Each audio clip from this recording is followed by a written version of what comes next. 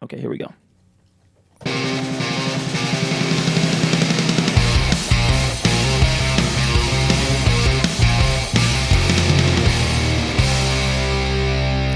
Hello and welcome into the Section 109 podcast from Studio Breezy, here with Mix, Toby, and our special guest, Coach Randy Douglas. How you doing, Randy? I'm doing well. Thanks for having me. Oh, thank you for having us on. So first, before anything else, I want to ask you, do you have any nicknames? Yeah, I do. The way you answered that, I have to know now. Okay. Well, it's Doogie. Yeah, it's for probably the better part of 20 years. That's what I answered to. Probably from like 1980 to 2000. I got it from high school. From my high school basketball coach. I didn't play basketball, but I was a manager. Okay. So I love been there, sports. done that. And I went from soccer season, and like I couldn't get away from basketball, but I wasn't that good of a player. I could shoot a little bit, but so I don't know why he came up with it, but he did, and it just stuck. So when I came to Chattanooga as a student. One of my teammates came along with me, and also like 8 other classmates came down from Indiana. And so that's it stuck there. And so once the team knew me as that, the whole campus knew me as that. I had professors calling me that. That's good. Well, I find that nicknames, because I have one, Breezy, right? Like, my name's Andrew Breezy. Everybody now knows me as Breezy. The nickname sticks so much better than a regular name. So I think there's something to that. Like, if I introduce myself as Andrew, somebody may not remember my name. I introduce myself as Breezy, and they will know my name. And that's just my experience, that people remember the nickname. Now, but that's not currently what people call you? Have you finally got out of that? When I'm here, there's people that I knew me from here from before. That's what they refer me to. I mean, Todd calls you Doogie. Yes. That's the only reason I know you have a Todd and somebody else just referred. And Todd texted me one time, and he was like, "Doogie says X, Y, or Z," and I was like, "Oh, that's who that." Like, it just took me a minute. Yeah. For the better part of 20 years, I mean, that's almost all I answered to, unless I was getting my license renewed or That's how I feel about my name. Do you prefer that or No, I mean, I'm used to now. I think since I've been at Atlanta Christian and then Point University, that kind of went away. There were still a few like Todd, but Todd knew me, from playing in Mexican League, and that so that's how I was known then too. So I think when I got down there, it kind of eventually went away. Some of the players, especially the girls, would call me that, and it was like fine, but then eventually it went away. So it just went to Coach or Coach Douglas. Nice. Cool. Well, take us back, Coach Douglas, to when you were a kid. Where did you grow up? Tell us a little about your family. Do you have siblings? And then kind of take us through the soccer journey and the life of Coach Randy Douglas. I'll do this as quick as possible. Sure. I grew up in the south suburbs of Chicago. We moved to Northwest Indiana, which is just over the state line. So I was always in the Chicago area from birth to when I left for college, and went to college at Tennessee Temple. And then, but as far as I'll go to my siblings. My mom and dad had 5 kids, and I was number 5, so I'm baby of the family. And I was one of those that they had 4 kids in about 8 years, and then 8 years later I came along. So it was kind of one of those surprises, like I mean, it got to the point that I learned later that, they thought it was a tumor. So there's no way. Yeah, there's no way. My dad was 44, my mom was like 37, and back nowadays that's not that big a deal, but back in the 60s, I guess it was. So, yeah, they were like, "What's going on?" And like, "Oh, you're having a baby." Oh, so did your siblings raise you kind of then? My sister and the next oldest brother they had a lot to do with it. Because I figured they'd be the default babysitters, right? They would be a lot older than, so like when you're 10, they're 18. So if they're still around, like I feel like. Yeah, they were around. My brother went to Chattanooga to Tennessee Temple when I was probably in 3rd or 4th grade. I think. Definitely by 5th grade, he was down here. And then my sister got married when she was 18, 19. So when she got married and was out of the house, I was the only one left. So probably for the better part of 6, maybe 7 years, I was the only child. What's it like growing up like with siblings and then becoming an only child? Because the same thing happened to me. I'm also like 8 school years behind my brother. Yeah, I mean, you can't get away with anything. They spent 8 years, basically, knowing everything about what their kids were doing and, all the warning signs and red flags and stuff. So as soon as something popped up, hey, I want to go over to this guy. No. Your parents knew the jig. They did. They knew the jig was up with you. So there was that. But then on the other side of it, I got probably some stuff that my siblings didn't, and so there was always that. Why does he get everything? So. Yeah, I think that with any time the youngest sibling always, whether it's fair or not, always gets the credit or the blame for. I mean, I broke my parents in for my sister. I had all the rules. She had like very few rules. They figured out which rules were good or not. All those things. But that's just kind of how it works. So you came down here for college. Were you playing soccer regularly as a kid? Like, how did that? Well, growing up in the metropolitan Chicago area, you would think that there would be, ample opportunity, but there just wasn't. There wasn't any club system, going on where I lived. There certainly it is so diverse with the melding of so many different nationalities in Chicago. There were pockets, but you didn't know about them. And there's no internet, and there's you had to either be in it or you weren't, and I wasn't part of it. So I was fortunate enough to be in a private school whose principal had a soccer background, and they decided to have like a little bit of a league amongst elementary teams. So we had 4 teams, and I got to play on a team and started liking it. And my older brother, he played soccer at Tennessee Temple, so I had some sort of knowledge of it. So when I got to middle school, I played on the middle school team. Got to high school, didn't play my freshman year. Then my sophomore year, there was this growth spurt, between 9th grade and 10th grade, went from like 5'3" to like 5'10". Woo. Yeah. Changes your game a little bit, I imagine. I went from like a field player to like, now I can't even run, like without like, what's wrong with him, Yeah. It's a lot of inches. And so I had a baseball background, especially infield. So I had very good hand-eye coordination, which I feel like I still do. So it became kind of a natural progression for me to jump in goal. And once I did that, I never went back. Yeah. So that happened in basically 10th grade. Yes. And then how did you end up, playing college soccer? Was it walk-on club? They had a little bit of scholarship money, but I didn't see it the first 2 or 3 years I was there. My brother is the one that kind of got me going. He knew I liked the sport, and he knew I was decent at it. And he contacted a teammate of his who is now like the assistant coach and his former head coach just to find out when tryouts were going to be.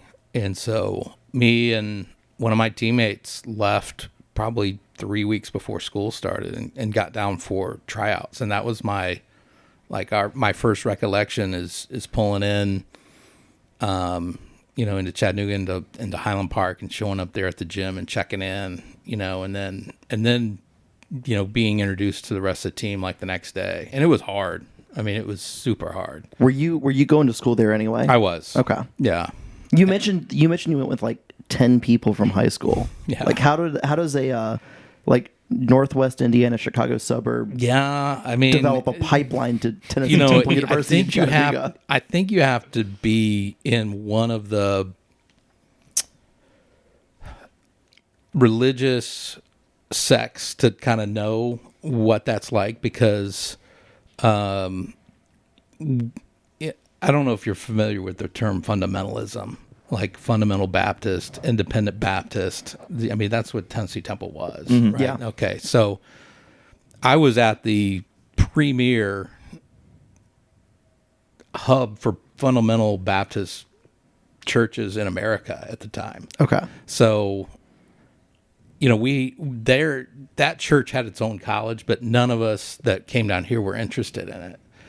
And a lot of us wanted to get away. Yeah. Even a little bit better, as far as freedom goes, was, more important to us than staying at home. So, Yeah. Nowadays, you don't hear too much of people like going like 9-10 hours away from home. Yeah. But, we were into it for sure. I guess it also tracks a little bit because I remember when I was in college in Southwest Ohio at Xavier. Okay. There was a bit of a kind of like a Southwest Ohio pipeline straight to Lee University. Yeah. And I'm guessing it's kind of the same sort of like definitely Church of God trying to get a Yep. few hours out of town type Yep. deal. And we had students from California and different places, but a lot Midwest that came down. The weather was nicer, all that kind of stuff. So yeah, I was already going to school there, and I had two brothers that had gone there before. So now we were talking briefly before the podcast, and you had 5 years of playtime there, right? But 1 year's a red shirt, and then 4 years that you played. Yeah, when I arrived, the Tennessee Temple team was really good. I mean, they were good in all athletics. There were times they were, competitive with Tennessee Chattanooga in basketball, and they had won Christian College national championships, and the men's soccer team was kind of like the bad boys of the campus. Checks out. Not that I was like a bad kid, but they had a reputation, when I got there. And so one of our first meetings that we had as a group, it was like the athletic director came in, then a vice president came in, and they're telling us like, we're not going to be putting up with X, Y, and Z this year. And we're scared to death because there were like 20 freshmen in there. And so, we had to find out like, well, what actually went down last year anyway, And so, and it wound up being like really next to nothing. So Next to nothing, but by Tennessee Temple standards. Oh yeah. Oh yeah, as someone who went to a conservative Christian college, I get it. The kinds of stuff we got in trouble. Looking back now, the kinds of stuff that people were getting in trouble for were, that we thought was the biggest deal. I don't know. It's obviously like a choice, but Breezy, you just wore your hair too long. Yeah. Yeah. In college that wasn't a thing, but in high school it was. Yeah, I couldn't have too long of hair. Yeah. I had one of my teammates be dismissed from the team for going to the movies. Because it was a school rule. But, yeah. But Movies in general? yes, anything.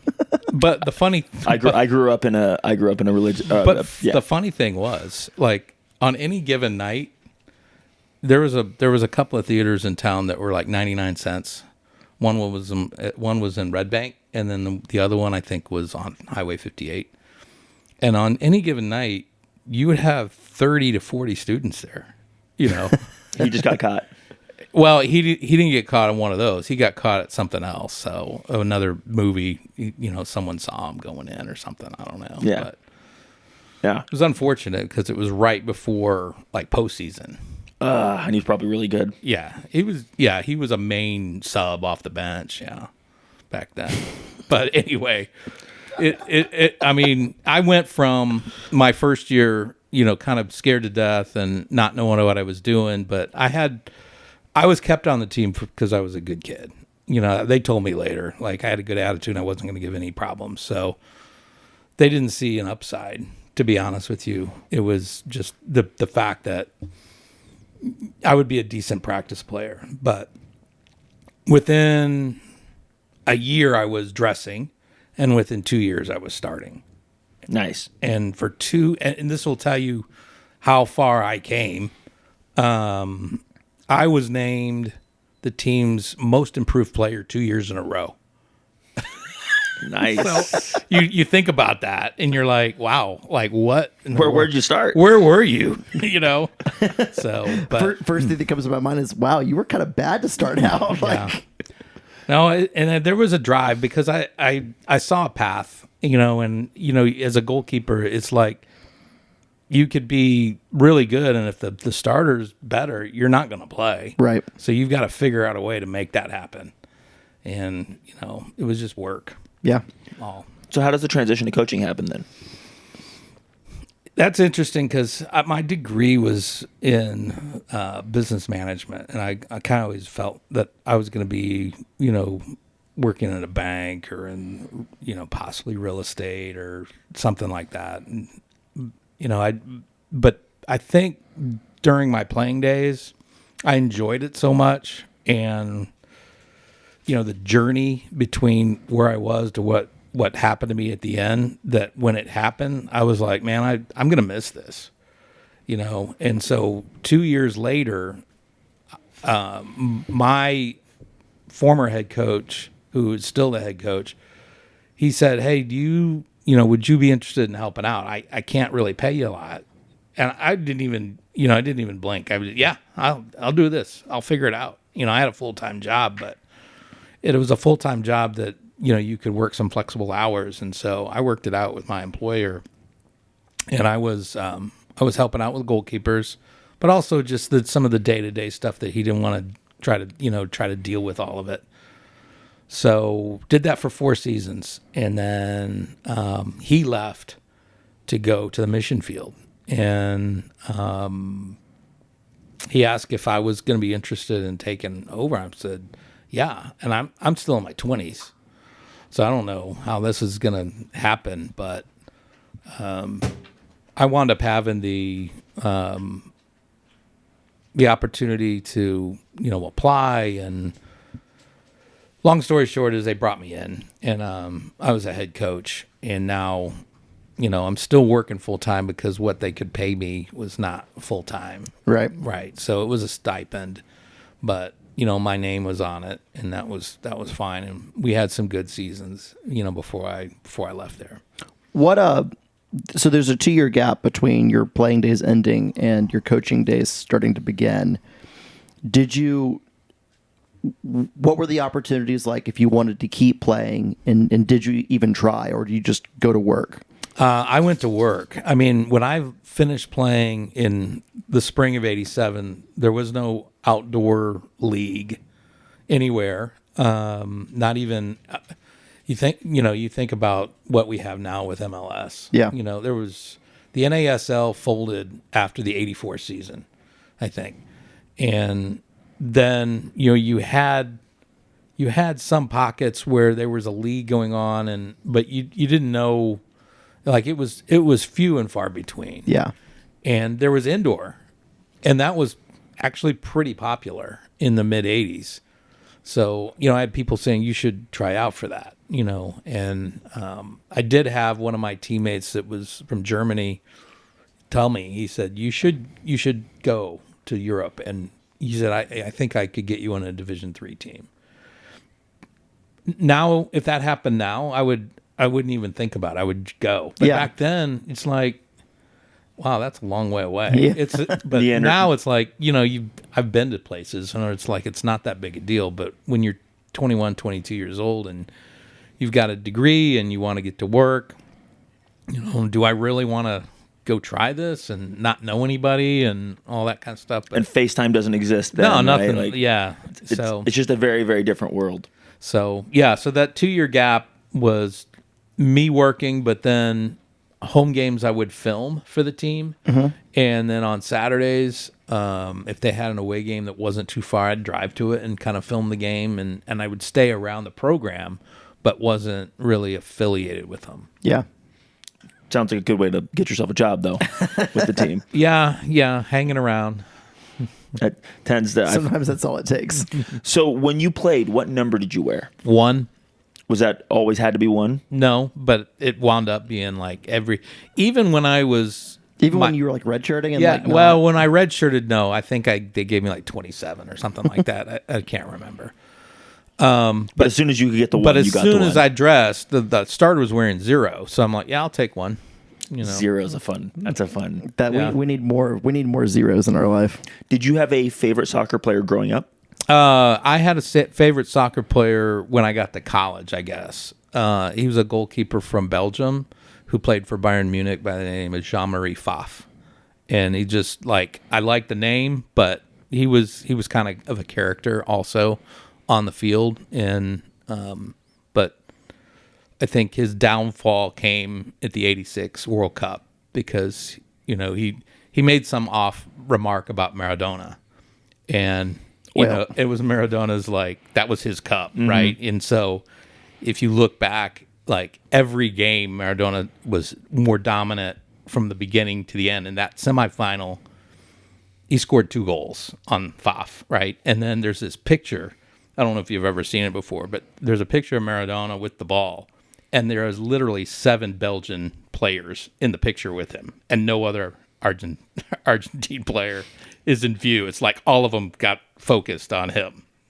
So anyway, but yeah, I followed as much as I could. You didn't get much in the way of live matches back then, so you had to rely on the VHS tapes from someone recording Soccer Made in Germany on PBS.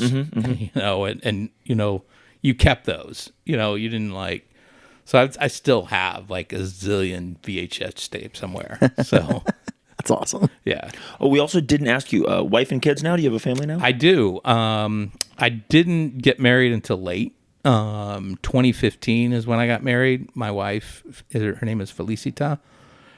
We did not have any children because, it was, older, but she had 3. And then from those 3 are grandkids. So we're kind of helping raise those. So you still got plenty of familial obligations. Yes. Yeah, they're at the beach literally right now. They think today's their last day, but in Destin, so they're coming back. Nice. Do you have a favorite soccer team growing up? Well, we did have a professional team in Chicago, and so I followed the Chicago Sting as much as I possibly could. Karl-Heinz Granitza, Phil Parks, some of these guys, Arno Steffenhagen. I remember watching their matches. I went to Comiskey Park, of all places. Yeah, to that's watch wild. matches.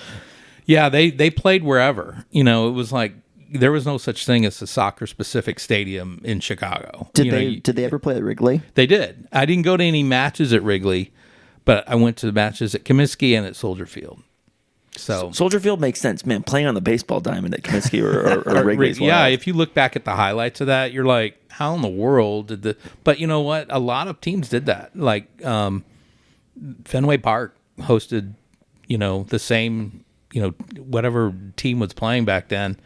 They had, because you could go at Fenway and find where they with the goals down. There's holes out there that are covered. That's even so to this cool. day. That's awesome. so cool. What's it like as a Cubs fan walking into Comiskey Park for a soccer match? You're going at least the White Sox aren't playing today?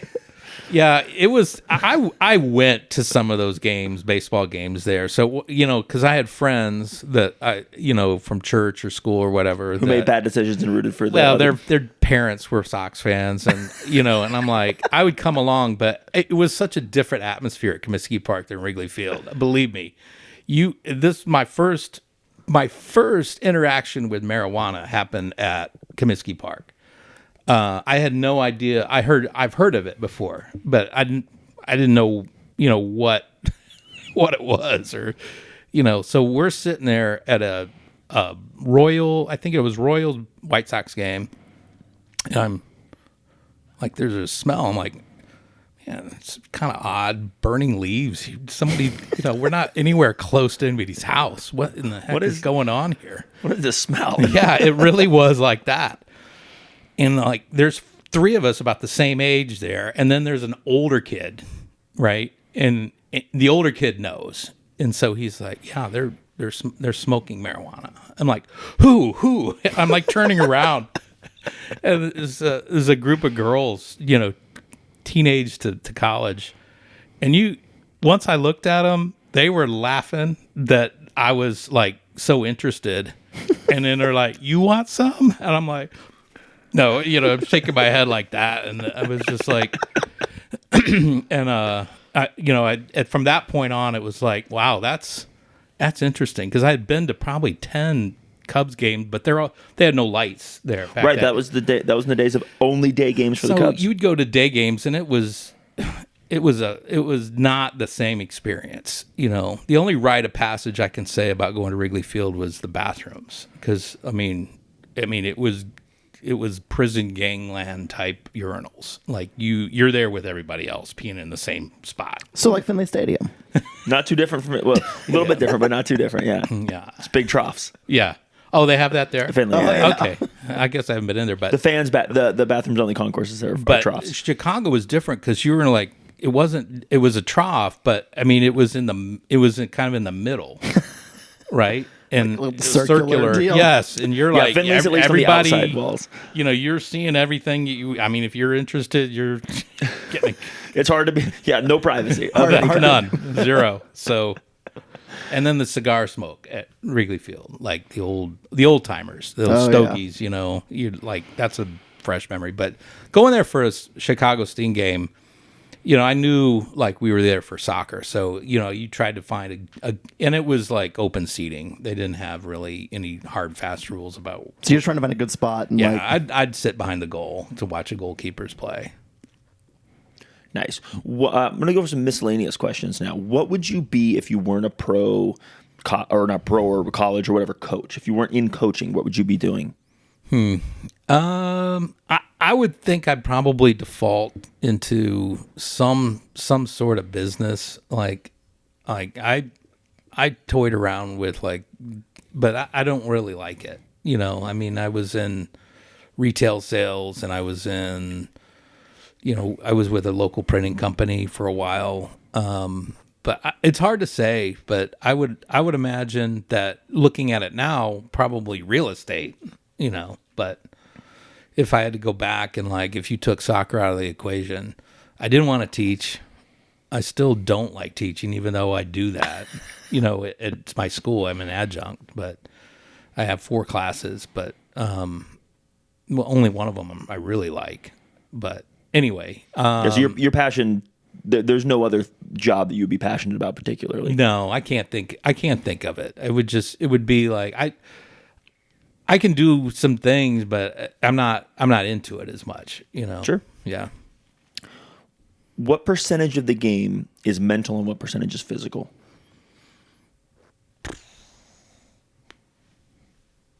That's a good question. I'm not going to go as far as the 90-10. I would say it's a third mental, and I think 2/3 physical. Cool. Do you do cardio work? I do. I mean, I got to the point probably, but this is going back to 2010, and I was like, I need to get a little bit healthier, and so I started, running on a regular basis, and then it became like I had a goal of I need to reach this particular weight, and so I did that. And so it happened a couple of different times before my life like that. And then, so from probably 2011, 12, I just maintained up until the pandemic. And then the pandemic happened, and it was all hell broke loose.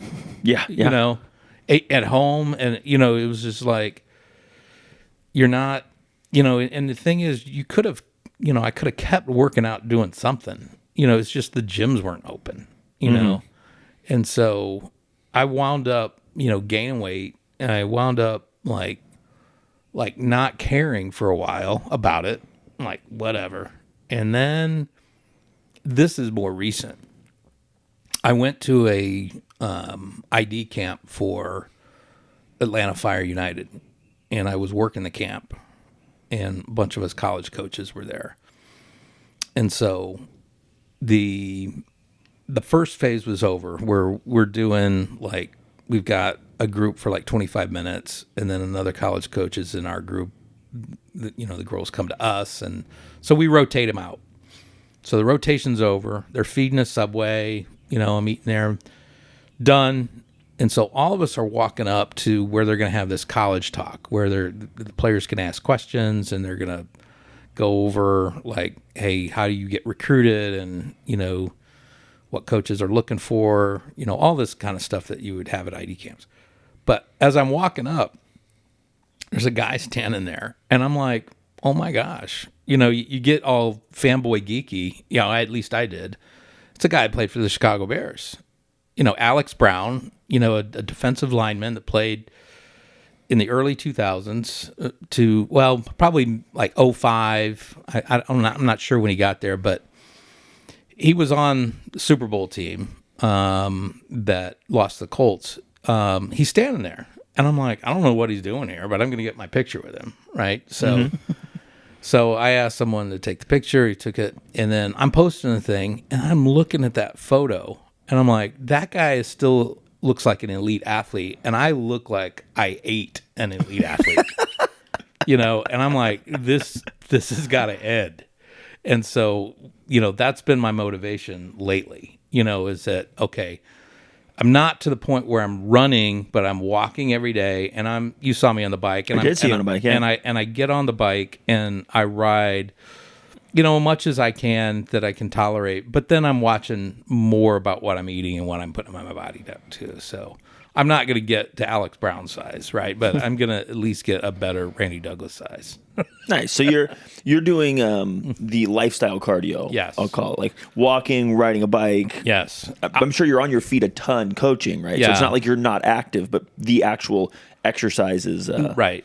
Yeah. And mowing grass at home and, doing stuff. And, most of the time I've got like a Fitbit on when I'm doing stuff to kind of, know where I'm at with not just my steps, but also, am I in danger here? Do I need to sit down? Yeah. Do you listen to podcasts or music while you do any workout? Music most of the time. What kind of music do you like? There is a station out of Chicago, and I actually had it on when you were walking by outside. It's WXRT. It is it's not progressive, but it's a lot of different genres of music. And so a lot of it's new, but a lot of it's also old. You can't call it classic rock. It's just they used to call it the finest rock of Chicago. And so I got hooked on that station when I was there. And then when they started having it available, like not on Napster, but man, that'll date you a little bit, right? There you go. But I mean, it was on radio.com, I think. I think that was a thing, right? Yeah, absolutely. And so once I started being able to listen to it on my computer, I started like, oh, okay. So I basically listen to that station every day. And on Saturday mornings, if I have nothing else going on, they have Saturday Morning Flashback, where they will focus on a certain year, and they'll only play music from that year. And some of it, it's not like the hits. They'll play like this was an important song, and so you may hear a song from like Elvis Costello, or you might hear Tom Petty, but then again you might hear Muddy Waters. It's just like whatever they decide to play, and I like that. Yeah, beautiful. I love that. I like the random stuff. Go, Matthew. Do you have any soccer superstitions? I had a soccer superstition coaching in college. I don't have really any with CFC yet, and this is gonna fly in the face of this cardio stuff that I was talking about, because it has to do with food. I have love it. Yeah. I have no idea how this happened, but it did. Did either of you go to Lee? No. Okay, but you're aware of Lee, right? Yeah. Okay, so Temple and Lee were huge rivals in a lot of different things. So one of the first years that I was head coach, I was still working, my regular job, but we had to play him, I think, at their place that night. And I was in a hurry, and I stopped by I was working for a printing company, and I was doing like pickup and delivery, and I was in a hurry, and I decided like, okay, I'm just running into Dairy Queen, and I'm going to get this, and this, So it was like 2 chili dogs and a strawberry shake. Nice. So I Sounds delicious, by the way. Yeah, well, I ate it, and I got back to work, and then finished up, got back to Temple. We got in the vans, we went to the game, and we won a game that we weren't supposed to, right? And so I did that again, Of course, as you Obviously. must. and we won. And then every time we had a big game, I would have that, right? So I didn't have it against Nashville, sorry, and if I had, maybe gets us that extra goal, Yes. This is yes. This is the No, good you stuff. get it. Yeah, you get it. You get it. So I have to be real careful with that. It's got to be a big game because I can't have Yeah, two chili dogs and a strawberry shake like every big game anymore. Yeah, or you're not You really have to narrow it down. Or you're not. Yeah, you're not going to hit your fitness goals for sure. No. If a movie was made about your life, who would you want to play you?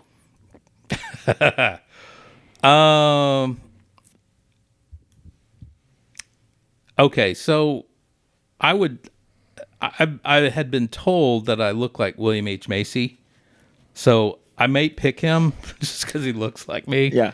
But I would rather have somebody like Bradley Cooper. Let's go. Right. He I like seems that. pretty cool, Hell yeah. and the girls seem to like him. Hell So, yeah. Love that. Do you have a go-to karaoke song? yeah. Man, you're bringing up some stuff, man. That's what we do. That's what this podcast is. So I'm going to tell you a backstory on this too, and hopefully Go. this won't be a Peter Fuller like full, No, 2 do your hour thing. thing. Okay. Peter Fuller's are some of the best episodes we've done. All right. So there is a restaurant off of Hickson Pike that is on the marina, and I don't know if it's still in existence or not, but they back in the day, and I'm talking about 93, 94, 95, they would have like seafood buffets like on Friday night, Saturday night, and then they would have karaoke. So I went with some friends, and I got set up with someone that I really wanted to get set up with. So, but then they said, "Hey, we're going to do karaoke." I'm like, I was tremendously shy, and I'm like, "No, I'm not doing this."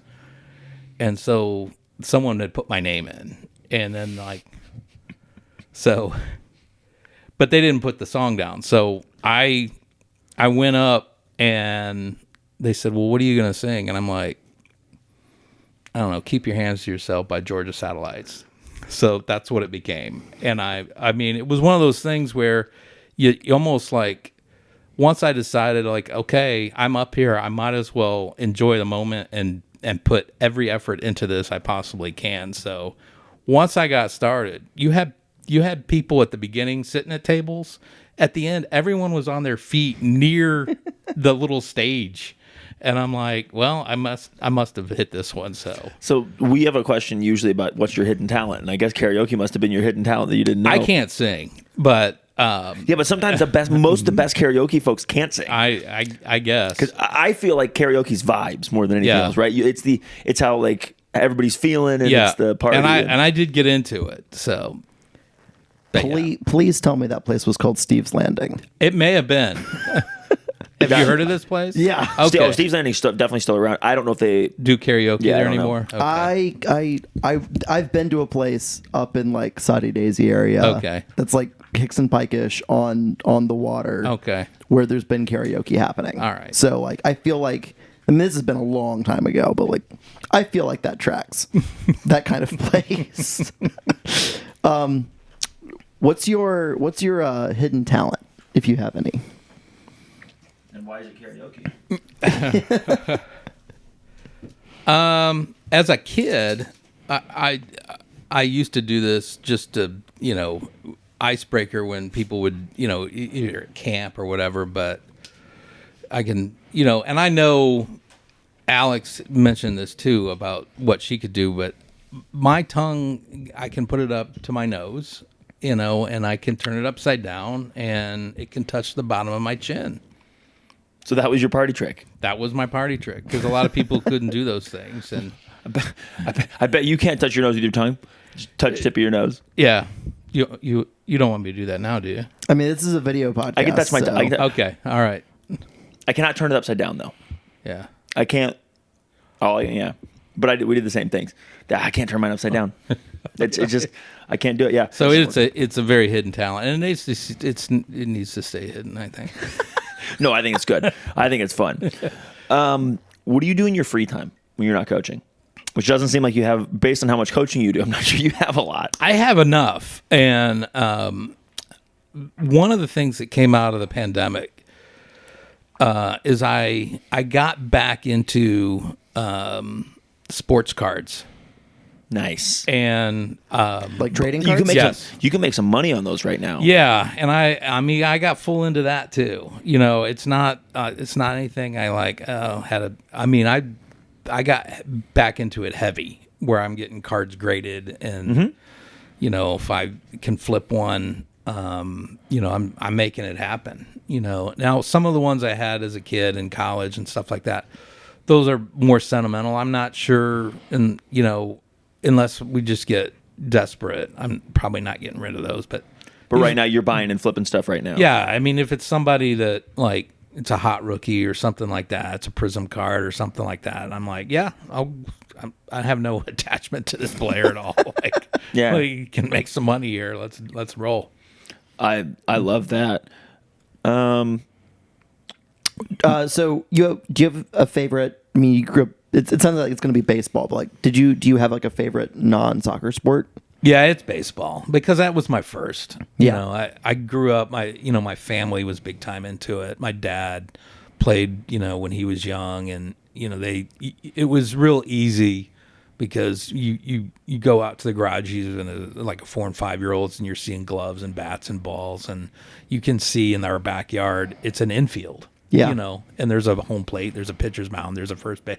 So it's like, yeah, I guess that's what we do here. You know, and then I got into it, and then you know, I made myself into a decent hitter and a good fielder, and have enjoyed it. And soccer was always kind of like, yeah, I enjoy it too. But you know, when it came time for college, you know, a choice had to be made. I brought my glove and I brought baseball stuff with me, but soccer came first in the calendar. Right. So when I tried out and made it, I was like, well, maybe this is what I need to be doing, you know? And so didn't even think about baseball. And I kind of looked at the team and I'm like, man, they're seriously good baseball players. I don't think I've got time. And then, or to invest and try to make this team too. And so it was about 3 years later that, you know, some of that stuff had happened with the baseball team, and they lost some players, you know, temple rules, you know, type of thing. You know, they were gone. It had a lot to do with what I discovered at Comiskey Park. I'll put it that way. Yeah. It happens.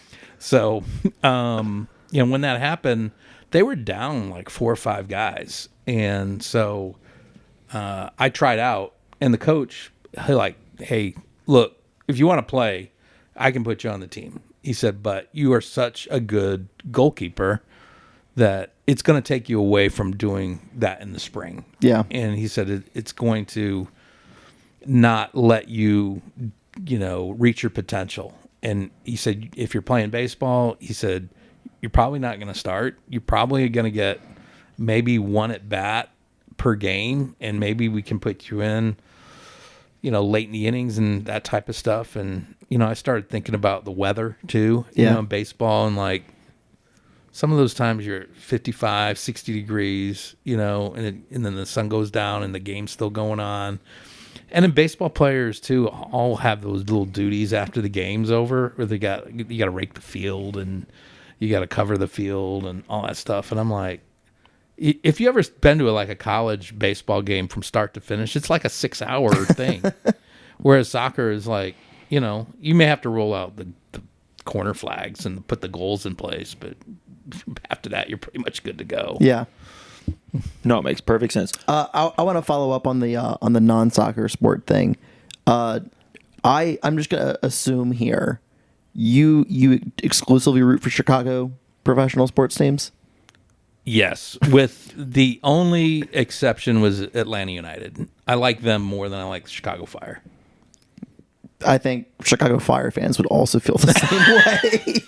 Like when they were started out, it was great because they won 2 championships. Yeah. You know, and then They've done nothing since. they have done absolutely nothing since. And matter of fact, the first game that my wife and I went to for Atlanta United was at Georgia Tech, and they were playing the Fire. I'm like, hey, this will be cool. They're playing like my favorite team, and then like Atlanta, like it's their second game ever. They boat raced them. 4-0. And I'm like, well, I got a new team now.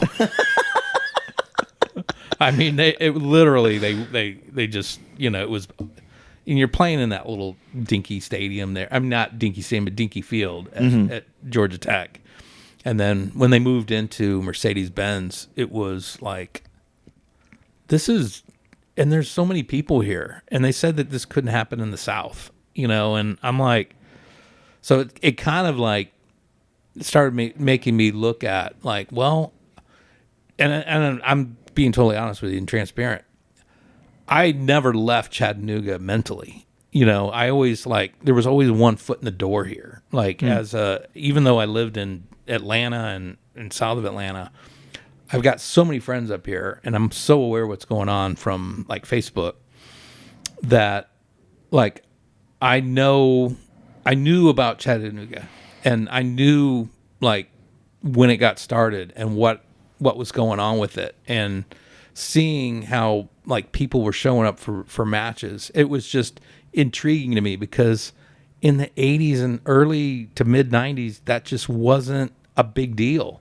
Like soccer was like, you might as, I don't know. It was like an afterthought. Like if you go back and listen to sports radio in like the mid 90s, you know, it was Tennessee football, a little bit about the Braves, high school, you know, football, sports. If anybody dared bring up soccer, the hosts would, I mean, denounce the sport. And you could not find it on network television here. Like, you would know, like, ABC is carrying a certain match. And then you find out, like, Channel 9 here, well, we're going to show Peyton Manning's day off instead. Mm-hmm. Yeah. Or we're going to see what Phil Fulmer's, you know, what he went fishing the other day, and we've got 2 hours worth of video on Phil Fulmer fishing. That's how Channel 9 operated back then. Mm-hmm. They never saw this coming, you know, in the landscape of Chattanooga sports. But once it became like, hey, people are actually going and paying attention. Well, now, hey, yeah, we're going to cover it. Yeah. I mean, like, our thing has been that Chattanooga FC, like, changed soccer in the South. I mean, like, Atlanta United does not happen without Chattanooga FC. I don't think so. I really don't, because Atlanta's lost 2 NHL franchises. Oh no, we wrote a song when Atlanta came up here and played their first game up here. We wrote a song about how long till you move to Calgary. Yeah. Because Calgary is nice, Winnipeg is better. When will you move to Canada? Was the song? Yeah, it was. Okay. So like, well, I'm just it's So yeah, I concur with that, because there were a lot of people that, because Atlanta professional sports struggle at the gate for sure in general, right? The Hawks, you know, if the Hawks are good, they do well. If they're not good, they're no one just cares. not relevant. And then Braves is a little bit different because they've had this 25-year run, right, where they've been like really good. And so they're always going to have that fan base for a while, and they seem to know what they're doing from a management standpoint. Sure. And you know, moving to where they moved to, yeah, that was harsh, you know, for the old timers and stuff, but it was the right move. Well, they just moved like into the middle of their season ticket base. Yes. Exactly. And so, Yeah. you know, you know, people are going to keep going. There more people go now than when they were, you know, at Fulton County and at the Olympic Stadium and Ted Turner, whatever it's called. But then you've got the hockey team, which I followed. You know, I was because I'm a Blackhawks fan. You know, I'm like, NHL right here in our hometown. You know, let's go. You know, and so when the Thrashers came back, I'm dividing my time, because I'm still living in Chattanooga. I'm going to Preds games. Then I'm turning around and I'm going to Thrashers games. Then I'm like, I took the job in Atlanta. So I'm like, I'm 15 minutes away from this place. Of course I'm going. I don't have season tickets, but I probably went to 10 games a year. Mm-hmm. And, probably 3-4 years. No, a little bit longer than that. Time we got to the 2010 season, you hear these rumors that, people, we can't do the TV deal. People aren't interested in it. And, we've got a team up in Winnipeg that lost their team, and now, they want one back. And, once that happened, that franchise has flourished. Yeah. And so, I agree I never would have seen Atlanta being as popular as they have been. And we'll see what happens. They've stayed pretty popular, but they had a first 3 seasons basically being really good, and then they've been kind of inept since then. So it'll be interesting to see if they keep but they have literally the nicest stadium on planet Earth. And the facilities where they train, I don't know if you've been there. I haven't, but I've heard they're exceptional. It's really nice. I took a tour after they won the title, and they were at the zenith at that point of their popularity, and so you're looking at it and you're like, man, this is just fantastic. Jeremy told us a story, and he said when you go in, they mirror the Falcons complex, because Arthur Blank said, when I build this complex, the offices and conference rooms and such, they're going to mirror, because when you come in for Atlanta United to buy a sponsorship or to be a partner or whatever it is, I want you to feel that this is just as big a deal. Mm-hmm. And so it's just really interesting. I'm sure their whole facility doesn't mirror, but the offices and conference rooms and such mirror the Falcons, and they're exactly the same, because he wanted everyone to feel that. And Jeremy said when they went down for that Open Cup game, when we were going down to play there, he was getting a tour with Carlos Bocanegra and whoever else, and they walk into the room, and he goes, "Hey, this is everybody from Chattanooga FC," and all the laptops close, and they pull down screens over the whiteboards. But as they're pulling down, he sees that they've got the entire lineups from the last 2 games written out for CFC. This is for the Open Cup. They've got our games playing on the screens, and they're clearly doing real research and real whatever. And it was wow, this is a different. This is not the old MLS where you didn't take it serious, took it extremely serious on all aspects. Yeah. No, I was impressed when I went down there. Well, I think they ended up taking us more seriously last year in the Open Cup than they took Memphis this year. So apparently they should have taken Memphis a little more seriously. All right, I got some questions we solicited. Of your previous 2 assistants, former CFC players Jazz and Polly, who was most likely to get in trouble from the bench with the referees? Or did neither of them ever? More likely, I can't say that either one of them were ever, in any kind of peril. I knew them for a long time, and I'm just like, they're not mouthy or anything like that. They like the sport, they love the sport, they're into it, but you didn't have to worry about them. Didn't have to worry. Okay, about them. No. I always wondered. How do you feel about shin guards? A little birdie tells me you may have some opinions on small shin guards. Well, it was funny because we were playing that scrimmage against that AFC team, and I put in one of the players, and she's shorter, and I looked out there, and her socks were on her ankles, and I'm like, I asked the bench, I'm like, does she have shin guards on? And they're like, we don't know, and they said, yeah, they're small. I'm like, are they Barbie size? I mean, because I cannot see them at all. And so, probably within 30 seconds, they pulled them up, her socks. But I don't think she was wearing them. But, whatever. So the rules at Highland Park Commons down the street here are that you have to wear shin guards for over 30s. You don't for Tuesdays. So on the league director, current facilities director, previous league director, plays. His name is Tony, and he's fantastic. But he would always give us where's your shin guards? Giving us grief about them. And sometimes they would, at a certain point in the season, they'd be like, you can't play if you don't have shin guards. Well, I thought I saw him playing without shin guards one time. And so I was like, Tony, where are your shin guards? And he's like, no, I have them. They were very small. And I was like, you have the world's smallest shin guards.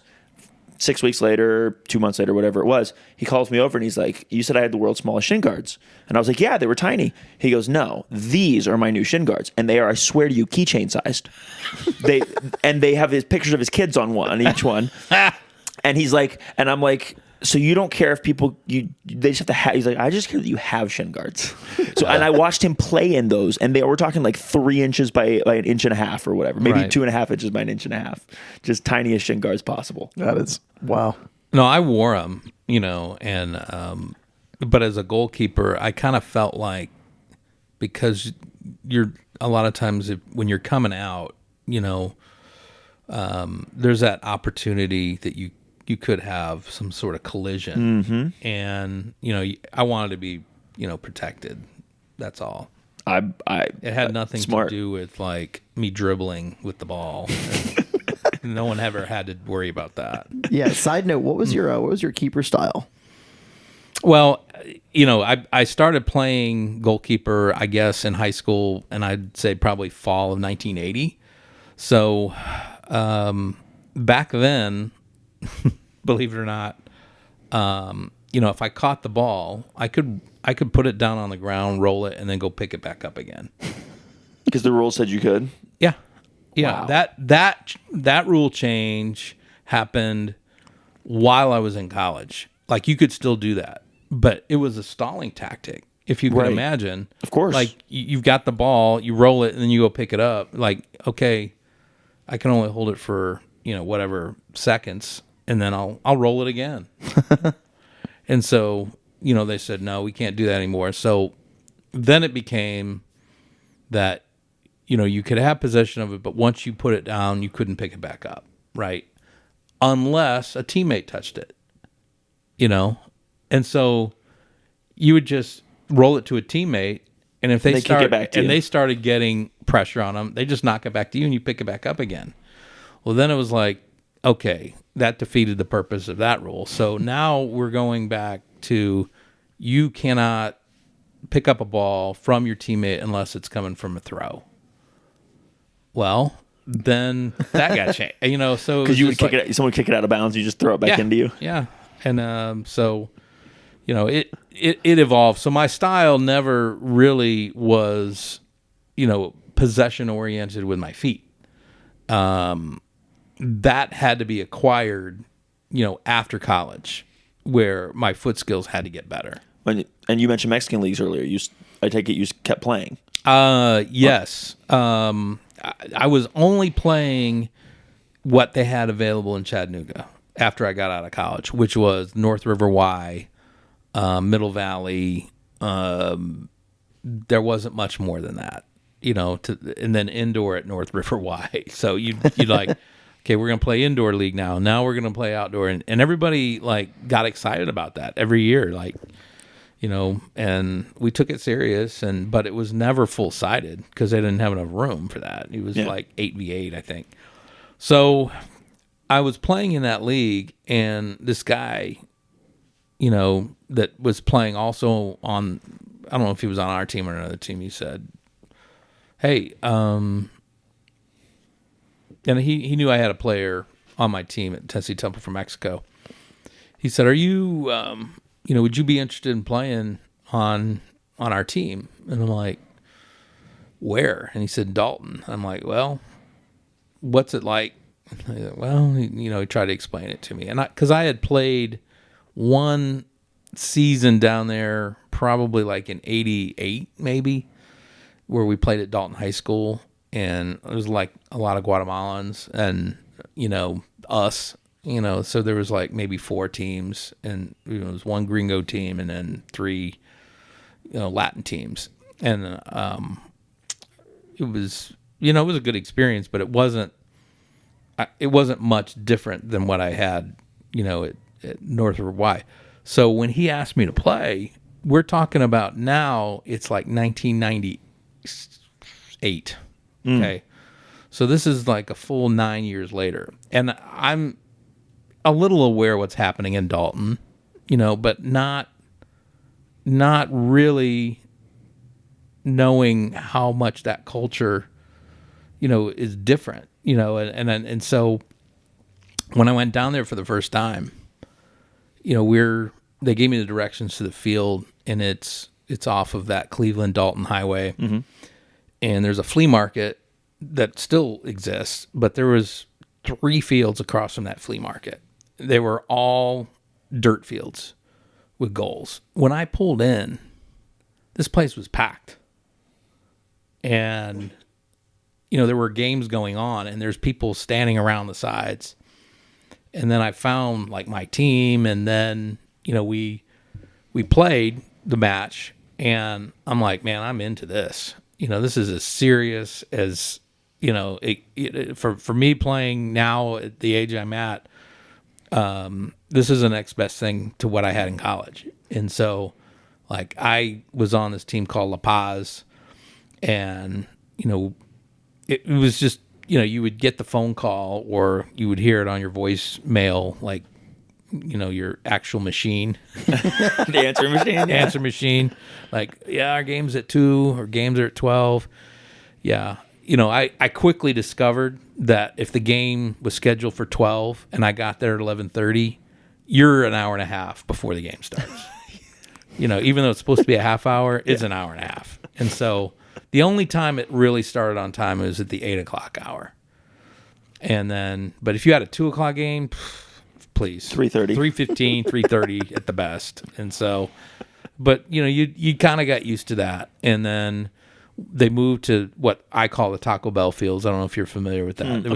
It was behind the Taco Bell in Dalton. And they had 2 fields there that were turf. Now, it was turf on top of concrete. There was nothing.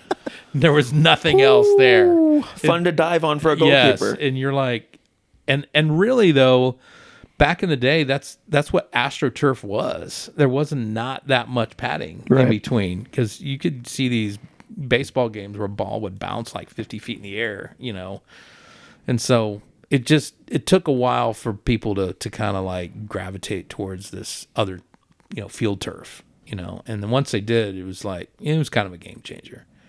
So, but in Dalton, I played the 1 season in La Paz, and then there was River Plate team that I joined, and that's kind of where I got to know Todd. Were you guys playing on the same team or different teams? At River Plate, we were on the same team. At La Paz, we were on different teams. It's interesting because I think you recruited him then to go actually play some college soccer, right? I had played 3 seasons, 98, 99, 2000. Okay. And then I moved to Atlanta in August of 2000. And I was still playing because the league season wasn't over yet. So when the calendar changed over to the 01, summer of 01, I was still on the same team, but I brought my goalkeeper from Atlanta Christian up to start playing because I wanted him to get experience there. And they really liked him. And he enjoyed it and got to the point where he was like on the select team, for there. So he got to know Todd a little bit too. And I think that interaction between them got Todd thinking like, hey, maybe I could play. And so we discussed it. And I'm like, don't you work full time? Like, how are you going to go to college, and like, how is this all going to work? He said, I just want to play 1 season. I'm like, well, I mean, this is up to you, man. I don't have any scholarship money. I'm like, are you Hope eligible? Or yeah, I'm okay. All right. So I don't know. We got it worked out. So he came down and played fall of 2001 and scored some nice goals. And then season ended, and he said thank you, packed up his car, and went on back to Cleveland. I just So good. It's such a good story, and he can say he played college soccer. Yep. It's super cool. Yep. I understand you might be a horse racing, at least dabbler fan. Well, my wife and I, or a gambler. well, we're not heavy gamblers, that's for sure. I mean, Sports. We're hoping we don't have a problem. Sports betting is like gets stakes to things that you don't actually care about and makes you care about them, right? So I'll give you 2 stories. One is about the horse racing. I told my wife, she had no idea what the Kentucky Derby was or anything. She's from Peru, so I gotta educate her on little things about sports every now and then. But they have horse racing in Peru, that she grew up in Lima, and there's a there's a mall there called Jockey Plaza because it's near where they race horses. So her dad was kind of into it. And so I told her about this Kentucky Derby. I'm like, this is a big deal. Like, everybody kind of stops what they're doing to watch this. Yeah, it's the biggest 2 minutes in American sports, That's right. basically. And so I told her, I'm like, a lot of people like gamble on this. Well, she goes, well, how do you gamble on it? I'm like, well, I said, it's just for fun. I said, so we found one of these accounts, and who knows where it's from, but I gave my credit card, and I'm like, we're only going to put $100 in here. And the credit card I have is my oldest one. It only has a limit of 1,000 on it. So if someone's going to take anything, there's a limit to what they're going to take. Yeah. So, but I guess it was a legit thing. So we put $100 in the account, and then we made a couple of bets, and I think, we watched the race, and we were super excited because we now have some vested interest. Yeah, stakes. Not a lot, but I think we have 5 on one and 10 on another. But that's what prop bets are for, man. $5, $10 bets, $20 bets, whatever. So we got nowhere on it. And this was the first year after they were allowed to start racing again. So I think it was 21.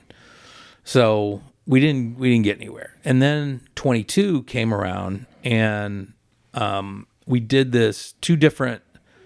we did a race before the Derby, and we won that. And then the Derby happened, and I'm like, well, let's take this one or that one. And I told her about the odds, and I'm like, if they're 50-1, you don't, unless you just want to throw away $5, you don't really want to mess with it. You're looking for those that are favorites, or the ones that maybe not be like the top favorite, but if you look at the third or fourth favorite and they're like 15-1, 20-1, I said you could put in $3 or $4 and make some money on this. And so she said, well, what about this horse? And she's asking about, I'm like, no, I mean, like, that horse doesn't have a chance. It's like, I don't know what the odds were before the race goes, but it was more than 50-1, I think. And then the race happens, and I said, see, this horse is not, this horse, and we didn't put any money on it. And then we're watching this horse, and it's just like starts gliding past everything. And do you remember last year's race, the 2022 Kentucky Derby? The thing was like in 10th place. I think I saw and like highlights and stuff. Started like weaving its way through, like, and all of a sudden that thing won by like 2 or 3 lengths, and it was just like this most unbelievable, comeback. And so, we felt bad because we didn't put any money on it. Of course, we lost. And so when it came time this year, we did a little bit more research, I guess, and the Mage, was one of our horses and so we won that. So, but we don't spend a lot of time on it. Like, we didn't even bet on the Preakness because we had a game last week. Yeah. Right. And my wife was getting ready to go to Destin with grandkids, and I was playing, we were playing a match. So, so it's one of those things that if there's a race on and you have a few free hours, yes, you're going to check out the race and maybe throw some prop bets on. I will say I do have a little bit of history, so that's why I'm going to go back. This is the other story. Go. NFL, 1977, 78, 79. I'm all in, like watching. The Bears were horrible, but they have Walter Payton. But I'm following the Raiders. And, they're a great team, but they're like, they weren't America's team. Like, there was like the Cowboys, everybody loved the Cowboys. And then some people like the Steelers. But if you were like on the edge, like you like the Raiders. And like, for whatever reason, I like what they, how they won their games. So I started following them. Well, I started like dabbling just a little bit on myself, like trying to like predict who was going to win. I had no money on this, right? It was just a matter of like, wow, I picked, out of the 14 games, because there was 28 teams in the league. Out of the 14 games, I got 10 of them right, and I'm like, every week I was looking at like, I didn't know anything about point spreads or anything like that. I was just like, just the winner. Yeah. So we get to like 10th grade, and I'm still doing this.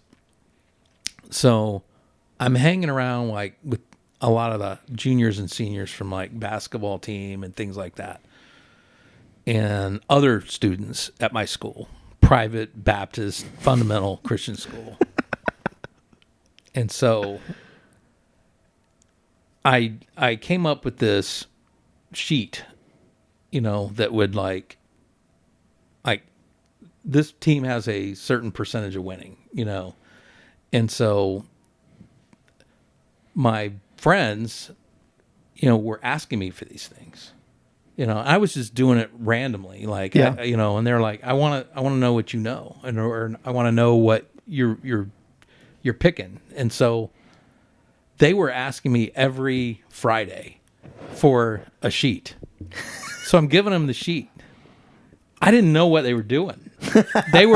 One of them's dad was a doctor and the other guy's dad was like a banker, so they have money, so they're betting with each other. Like, and sometimes, and we're talking about late 70s, early 80s, they're spending $50, $100 here. It wasn't bothering me, so. Yeah, you were in it for the love of the game. I found out like 8 to 10 of these students, were gambling, from my sheet. So I get called You were the odds maker. I get called in the principal's office. Oh, no. And the principal's like, do you know if the Cherville, that Indiana police had this, what they would do? I'm like, no, I don't. He said, you would. He didn't say go to jail because this is illegal activity. You are, and I'm like, so then, I'm like, I didn't get in a lot of trouble, but they wanted names. You know how it is. They're like, Yeah. who's doing the betting? And I'm like, I don't know. Is this person? I don't know. So they had a list of names anyway. They were just wanting me to snitch, and I wouldn't give up in names because I didn't know for sure. So I get home that night. My mom got a call from principal's office, and she said, "What are you doing?" She's.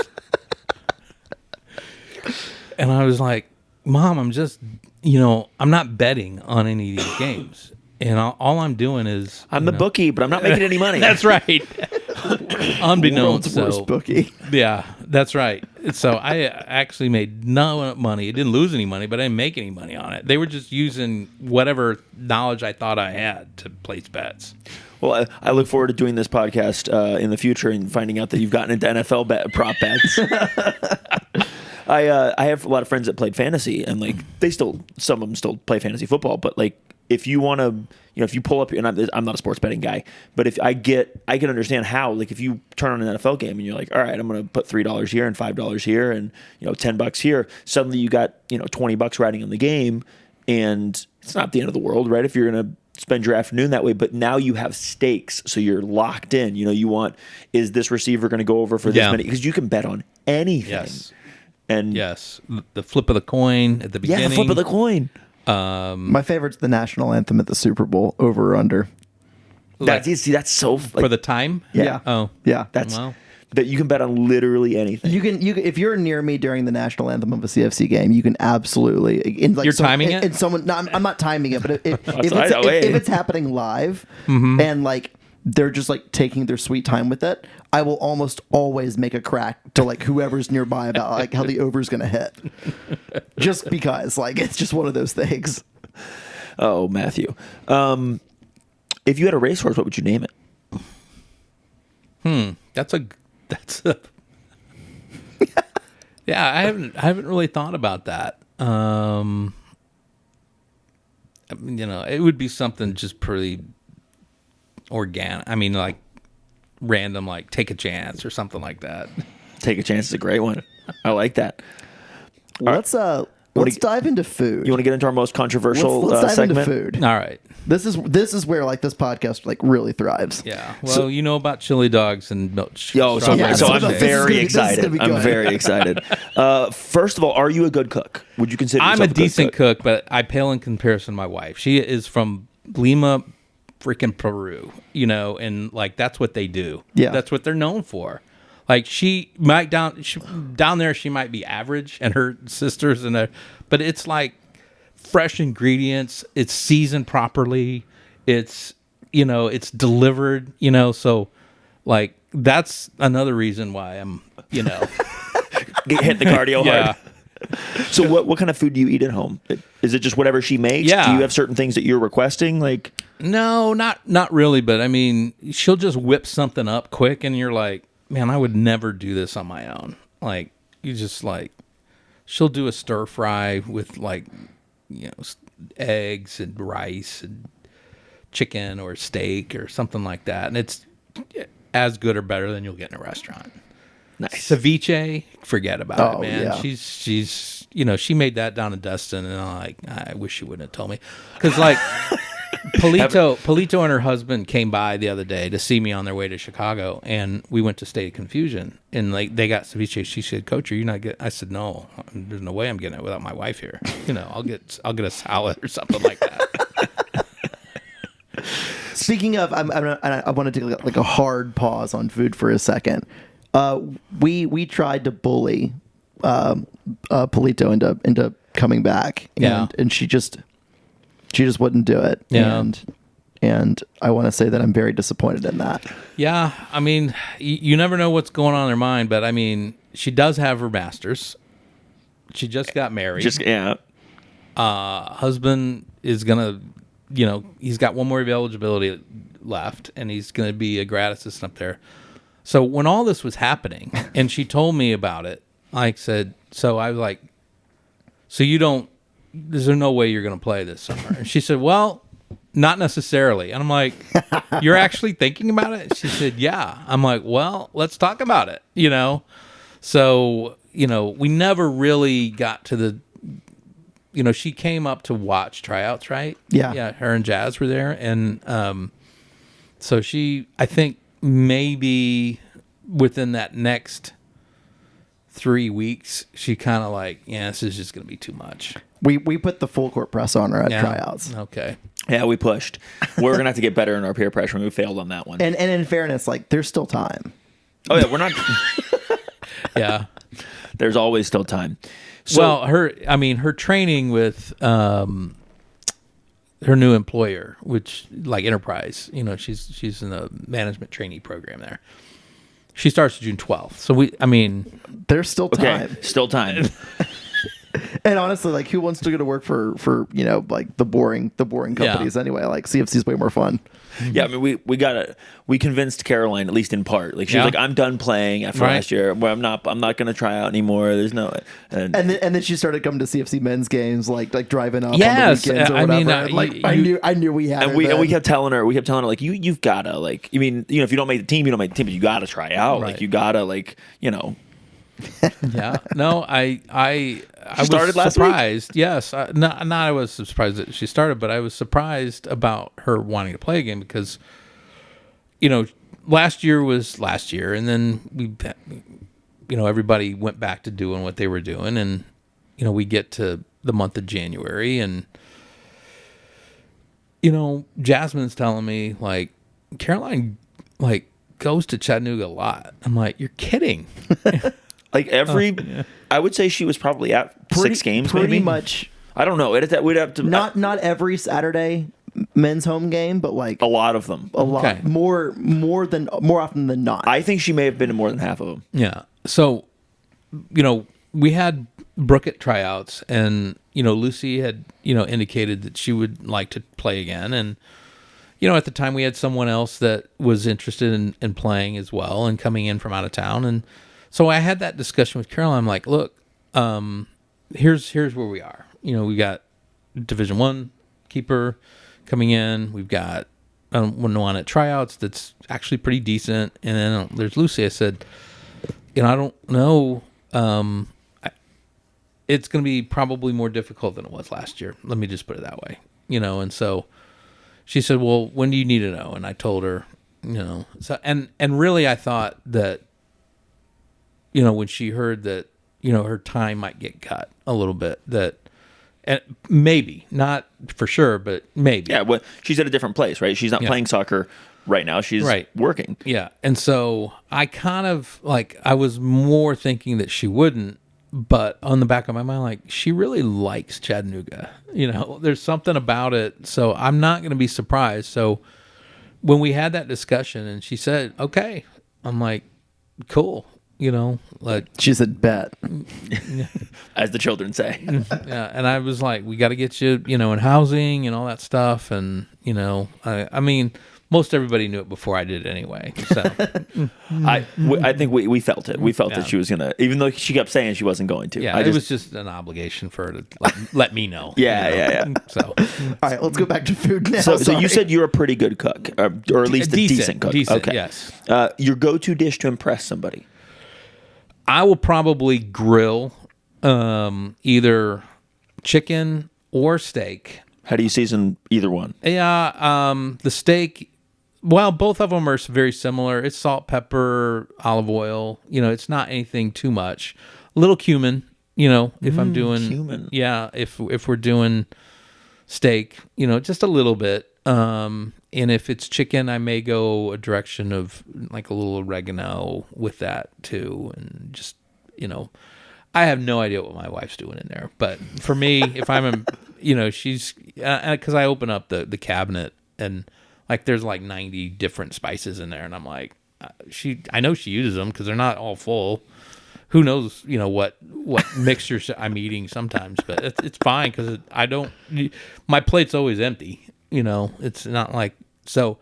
But for me, it's usually chicken or a steak. It's some sort of potato, whether that is like a baked potato on the grill or possibly some sort of sliced potatoes in the oven that are seasoned. And then a lot of times I'll do asparagus on the grill too.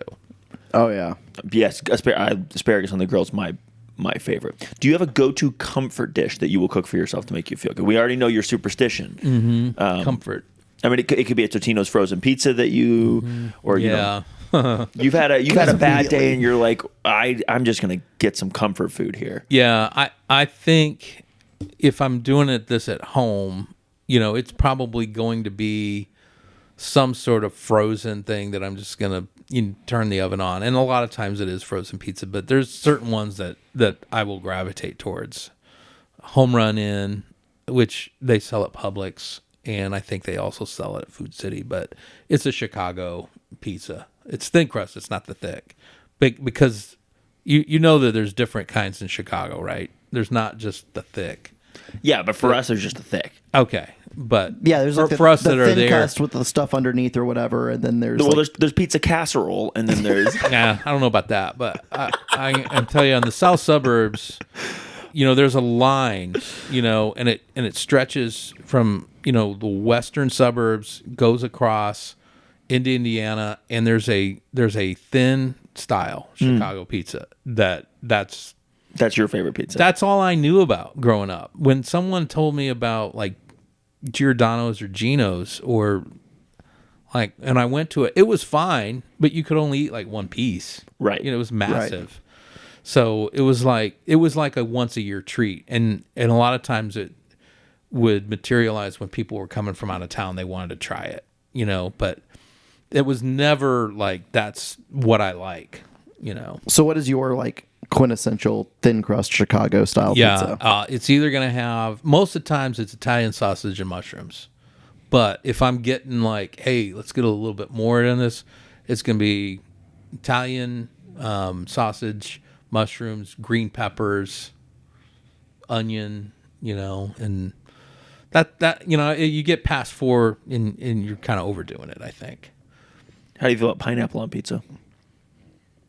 It's fine for some, and I've had it. It's not my thing. Very diplomatic answer. You're a little more in Team Matthew than I think pineapple pizza is great.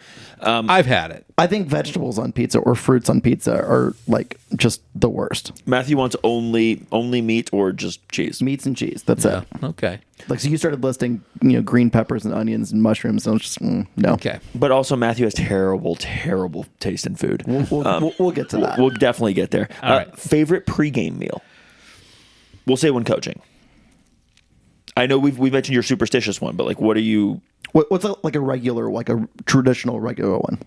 Yeah, I would think some sort of pasta chicken, dish, which is a little bit of cheese, not a lot, but if there's some red pepper in it, that kind of will do it. Sometimes green, but if I'm really like I've got the time and the ability, and sometimes it might be just spaghetti and meat, meat, not meat sauce, just meat with sauce. You know what I'm saying? Just not the sauce. And you can't open like a can of ragu and put it on there. Favorite post game meal, preferably let's say celebratory. Let's say you've won. Yeah, if we've won, it's typically gonna be like I'll want to celebrate with like a good burger. Like Nice. the other day we were in and I chose the Nashville hot chicken sliders because I haven't tried those yet. because the word Nashville was Nice, in it. nice. Let's As go. soon as I heard that, I'm like, yeah, let's have that. Let's go. That was a draw That's- that felt like a win. We'll definitely that's talk about excellent. that. But sometimes draws feel like losses. That Yep. one felt like a win. Breezy, how was your burger last night? Pretty good. I couldn't finish it, but I had a celebratory burger last night. Okay. It's probably because I ate an entire thing of tots. I ordered yesterday. I went to CBC before the game and after the game, and I got tots before the game, and I got tots after the game, and I got tots with my burger after the game. In addition to the thing of tots, I got excited about the tots. Adding tots was a great move. It was, and I don't know how long they'll that front. last, so I'm ordering exclusively tots right now. So I don't know if you're a drinker or not. Do you drink? I've had it before. So if you chose to drink, Yeah. seltzer or beer, Probably beer. that's fair. I think that is very much like a generational divide. Yeah. Like the younger, the children now are like the 22-year-olds, 23-year-olds are very into the seltzers, and we are as well. I was gonna say, as the lack of hangover is. Seltzers are just, they're unreal, man.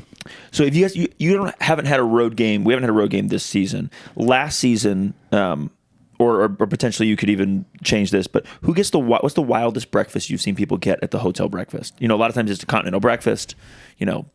You ever see a CFC player or maybe a college player get only Lucky Charms with syrup on top, or Oh man, this will go back a long time, and I know there's Shoney's are still around, but it used to be a big deal. Yeah. when I was growing up, yeah. Okay, so when I was at Temple, we went away, and I don't even know where we were, but we were overnight. I think we were playing King College or somebody like that, like far enough away where we were doing an overnight. And this kid, it was a boy, on the men's team, so he was a freshman. He didn't play much, but we were having, breakfast, and he only ate the sticky buns. Only. That was it. No eggs, no bacon, no sausage, no. And I'm like, so he got the name Sticky Buns after that. Nice, yeah, as he should. Yes. As he should. Only sticky buns. Yeah, only sticky buns. Now I So kinda that was wild. Now I kind of want one. Favorite type of fries? Curly fries, waffle fries, crinkle cut, shoestring, whatever. I mean, that's not the only kinds, but Yeah, I think a good crinkle cut for me is good. But I also like, because you can't find these everywhere, are like the fresh fries that still have like the skin on them. yeah. Those are good. Like they're wedges. You know what I'm talking about? Yes. Yeah, not every place has them because they're just so used to like grabbing a frozen bag of Ore-Ida and then throwing them in the grease and then popping them up. A little bit more like the Five Guys style. Yeah, a little bit like that. But to be honest with you, are you familiar with Armando's? Mm-hmm. Yeah. Okay, used to. And I don't know how they are now. They used to have those wedges. They would be fresh, and They probably still do. They haven't really changed very much. okay. I haven't been in a hot minute. But I can't go there because you've been banned? no, like if I get Your within, food takes were so bad they banned you from Armando's? if I get within 200 feet of Armando's, I'm like gonna be close to a heart attack. Yeah, like let okay. alone walk actually, into the thing. Yeah, because back when I was in college, there was so much stuff that wasn't here that's here now, right? And so we had to rely on some of these traditional places that have been there for a long time. I was in Chattanooga before Hamilton Place. Yeah. Our mall was Northgate. Yeah. Like that was the one. Like, whoa, because Eastgate was still open. And Eastgate was like close, so you would go there for some things. But like, hey, if we're going to the mall, Going to Northgate. Northgate is what, and because there was more stores there, and it was nicer and stuff. Then Hamilton Place came in, and it was like Eastgate. We need to get rid of that. Yeah. Like that happened like immediately, and then like Northgate started like dwindling. Yeah, going down. downhill. Still out there though. It is still out there. I don't know what stores are in there, but Somebody posted on Facebook the other day, if Northgate Mall is still trying, you should be trying too, or something like that. It was a wonderful, wonderful quote. Staying on the subject of fries, Okay. seasoned versus or just regular salt for your preference. I think it's just gonna be regular salt, but I'm not gonna overdo it. That's fair. All right, now regular. I want a 1, 2, and 3 ranking here. Regular fries, sweet potato fries, or tots. Okay, regular fries, tots, sweet potato fries. If my wife's answering this, sweet potato fries, then fries, and then she's gonna look at the tots like that doesn't look like it's edible. So I'm not trying that. So What is that cover? What's inside that? So you're not getting tots at home. No, like she would, like if she discovered what a tot was, she literally would take every bit of the coating off and just that would be sitting in one pile, and then she'd eat the potato inside. That's funny. That's fantastic. That's fantastic. Best fast food fries. Yeah, it's a lot of questions about fries. Should change our name to the Section 109 Fry Podcast. If I come up with enough questions, I might. I might. This may be outside, but I really like the Arby's curly fries. Underrated. They Yeah, are. yeah. They to me they are. I mean, when I was a kid, it was all about McDonald's. Because it's we're talking about early 70s, and like there was no such thing as Wendy's, and there was Burger King was like you could go there and everything, but there was just certain, it was usually McDonald's, and then for us, White Castle. White Castle. Yeah. Oh, man. My dad loved that place. Loved that place. And I like it, because my dad loved it. My mom tolerated it. But generally after church on Sunday night, and, we did the whole Sunday morning, Sunday night, Wednesday night, all that. But yeah, Sunday night after church, our church went on till like 9:00 at night. It's hilarious, but bad. And you think about it now, and like, what were they thinking? People have to go to work the next day in school, and like we weren't getting home until like 10:30. You're right, you have a church hangover. They were filling. They were filling every single waking hour. Yes, they were trying. Possibly could. They were absolutely trying to do that. But we would go to White Castle after Sunday night church, which was the like reward. Traditional. Yeah, it was for me. It was a reward for hanging in there for the 2 hours on Sunday night. I get it. I grew up pastor's son. If I haven't mentioned it, so I do understand these references. I do understand these references. Good. We speak the same fundamental language. Yes, we do. When dipping fries, and this may be the last fries question: mayo, ketchup, or other? All right, I'm going to go back to the Arby's. I cannot believe you lead with that question with mayo, by the way. Mayo is fantastic dipping in Can fries. I go a different direction? Go with, yeah. Go, all go. right. Please. Okay. And this is not going to help you out at all. But at Arby's, they have a horsey sauce. Okay. Those curly fries and horsey sauce, that to me is like a little treat. Beautiful. Yeah. I have a recommendation for anyone out there, you two included. Matthew, see me do this. You get the CBC sauce, which is the tender sauce at Chattanooga Brewing Company. You can just order that with anything. And I order that with tots or fries, and it's lovely to dip. Okay. All right. If you like dipping sauce. Yeah. Matthew, tell us what you believe about sauces. It's not just sauce. It's like pretty much all foods. If you need a sauce to make your fry better, your fry sucks. They suck. Okay. Okay, but I can respect that. Order good fries. No, but have great fries and also dip them in great sauce. Like let's not get carried away over here. Sauces Matthew. can't be great. Sauces can also be great. Make sauces great. Okay. Jesus. Do you drink coffee? Yes. How do you drink your coffee? A little bit of honey and a little bit of creamer. Any particular kind of creamer? No, whole milk usually, to be honest with you. Just a little bit to, lighten it up a bit. So you're dulling the acidity basically. Yeah, just a little bit. I'm not overdoing it. How many cups? 2. But how big those are are these my cups? 2. Yeah, my 2 cups maybe wind up like out of the pot 4 cups. Okay. So 2 and 2. So you're working like 20 ounces. Yeah, I would say so. Matthew, how many ounces do you consume in the morning?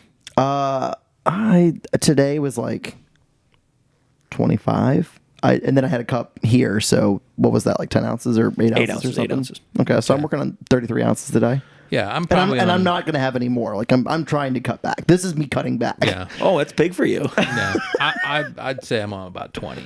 Okay. But I mean, I do Keurig when I'm here, and at home we do it, just out of the bag, or we grind the beans. Ooh, fancy. Yeah. I need to get a bigger grinder, and then I'm going to start doing that. I've been told that grinding is the single biggest thing to change, like single biggest like jump in quality you can make in your Yeah, coffee cup. because you smell it, coming out of the grinder, and then when it gets into the brewer, and you can smell a difference. But there is a coffee that I've been hooked on for a while.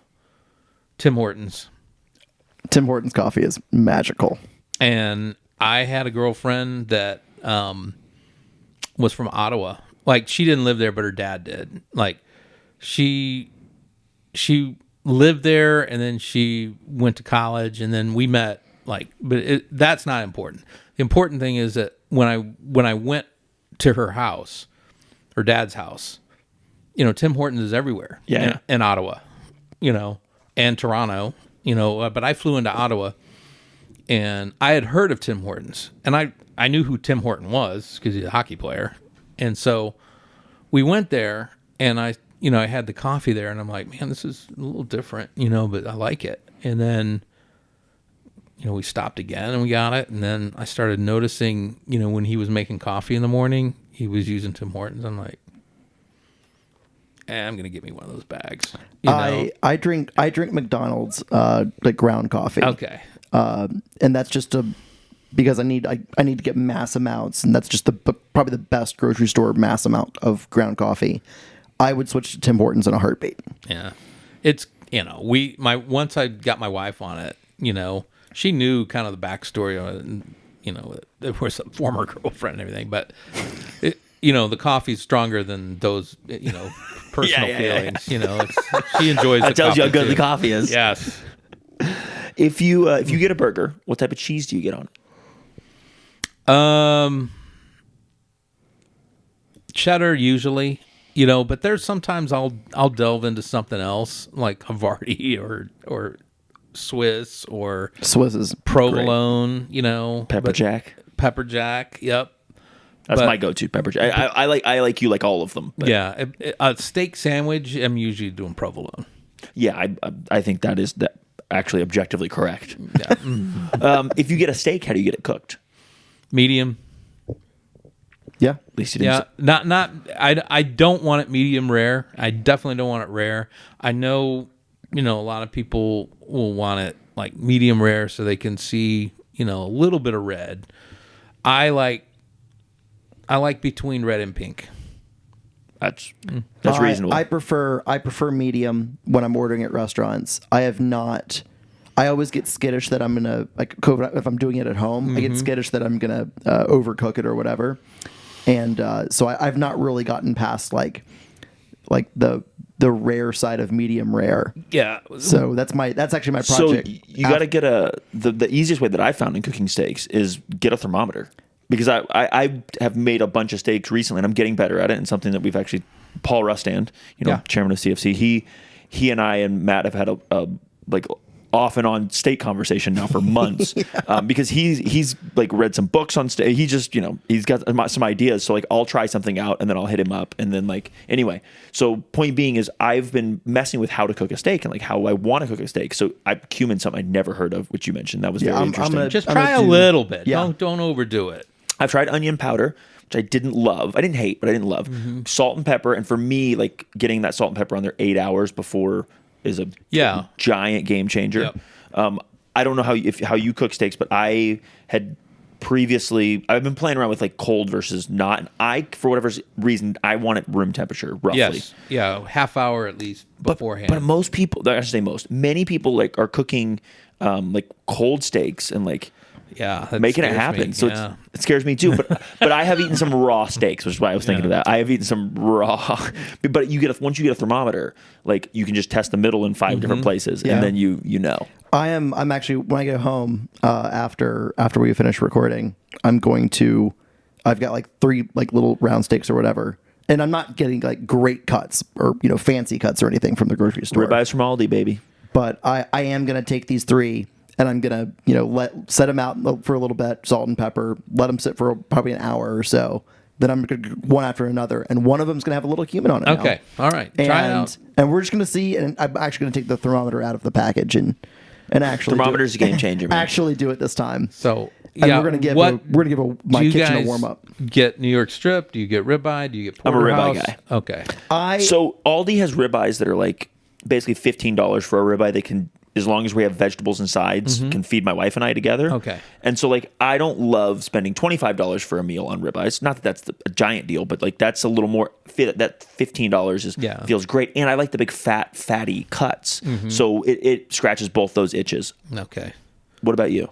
I mean, like the last one that I got was like ground chuck or something. It was a shit cut. Okay. But I don't think they ground your steak, but like I'm whatever it is. But what I'm doing with that is I want to practice and experiment and mess up with kind of these shittier cuts. Okay. So that I can like learn how long it takes, like how to keep my nerve for longer, that I'm not going to overdo it, whatever. And once I progress with these $7-8 cuts or whatever, then I'll start buying like the $15 ones.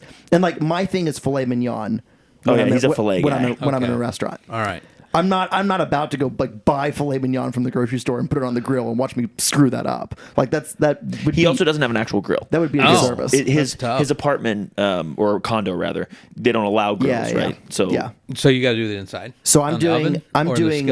He also doesn't own a cast iron pan yet. We've been working on this with him. Yeah, I brought one up with me. So see. I'm going to get a cast iron and then start doing the cast iron sear into oven. Yeah. But for now, I'm working on pan searing just the whole way. So the Aldi, we go there. My wife will shop there and she will not get steak from there or chicken usually. Interesting. Where'd she go? She'll go to Publix or Kroger, but mainly Publix because she says she can tell a difference. Her palate is a lot more refined than mine. I'm already a lot more refined.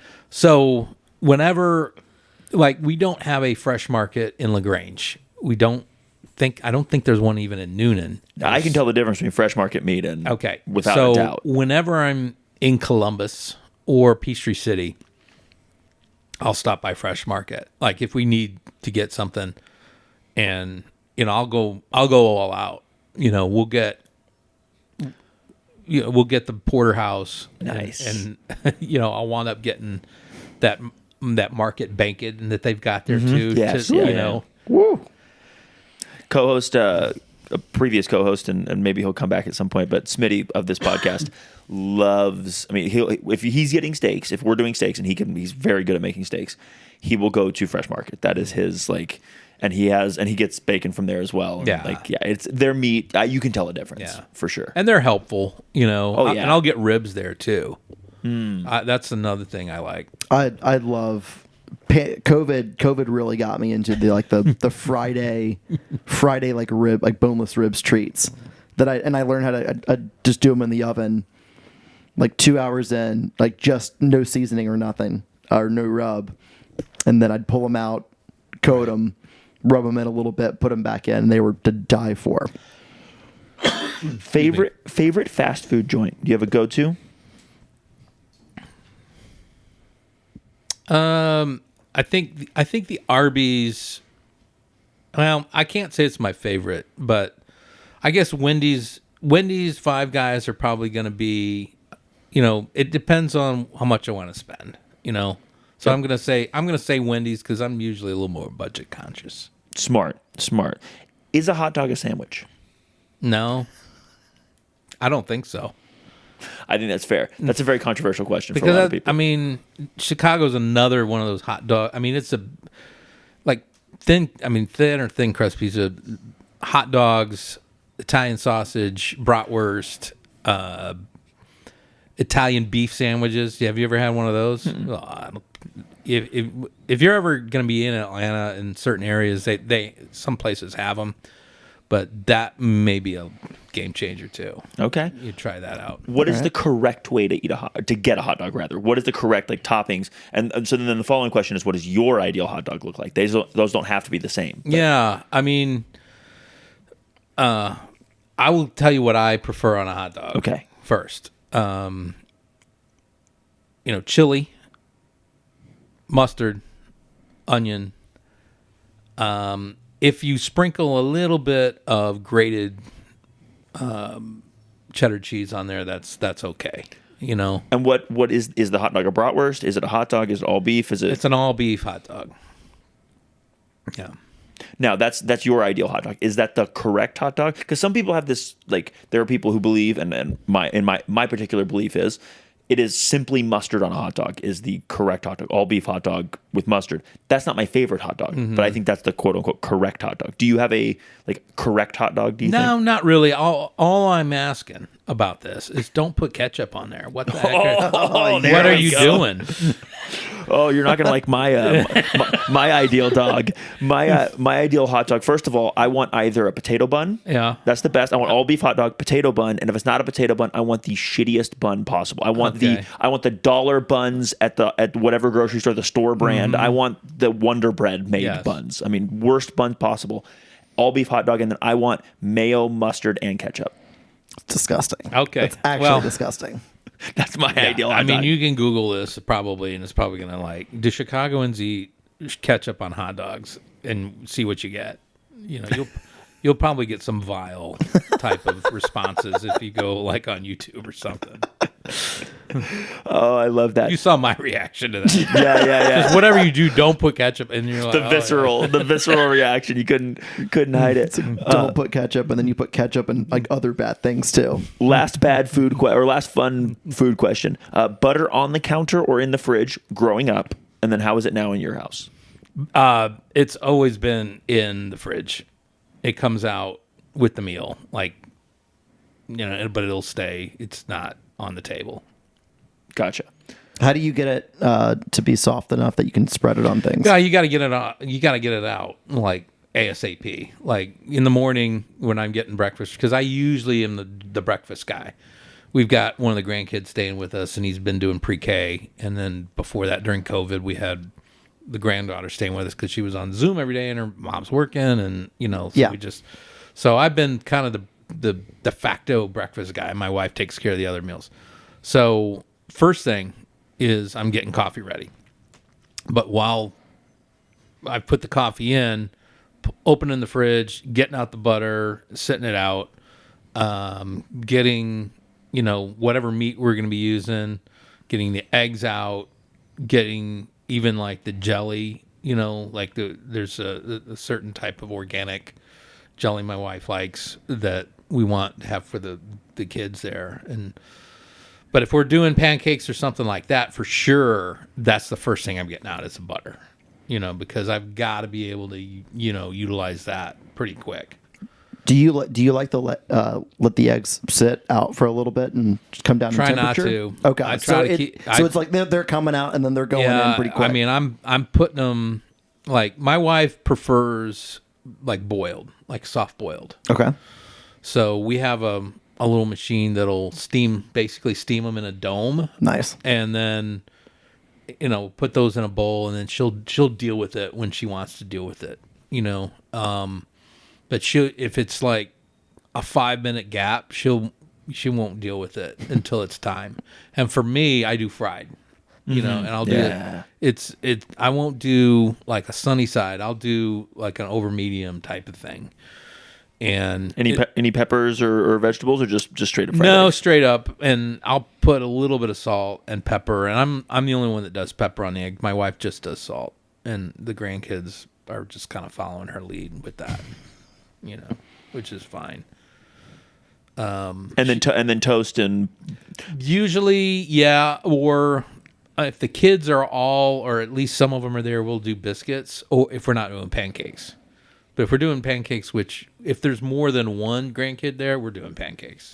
yeah, Sundays. So Sunday mornings, I grew up going to church on Saturday. Okay. And on Sunday mornings, my dad being a pastor, that was his day off. Right. And Sunday mornings were pancakes almost every Sunday. Mm-hmm.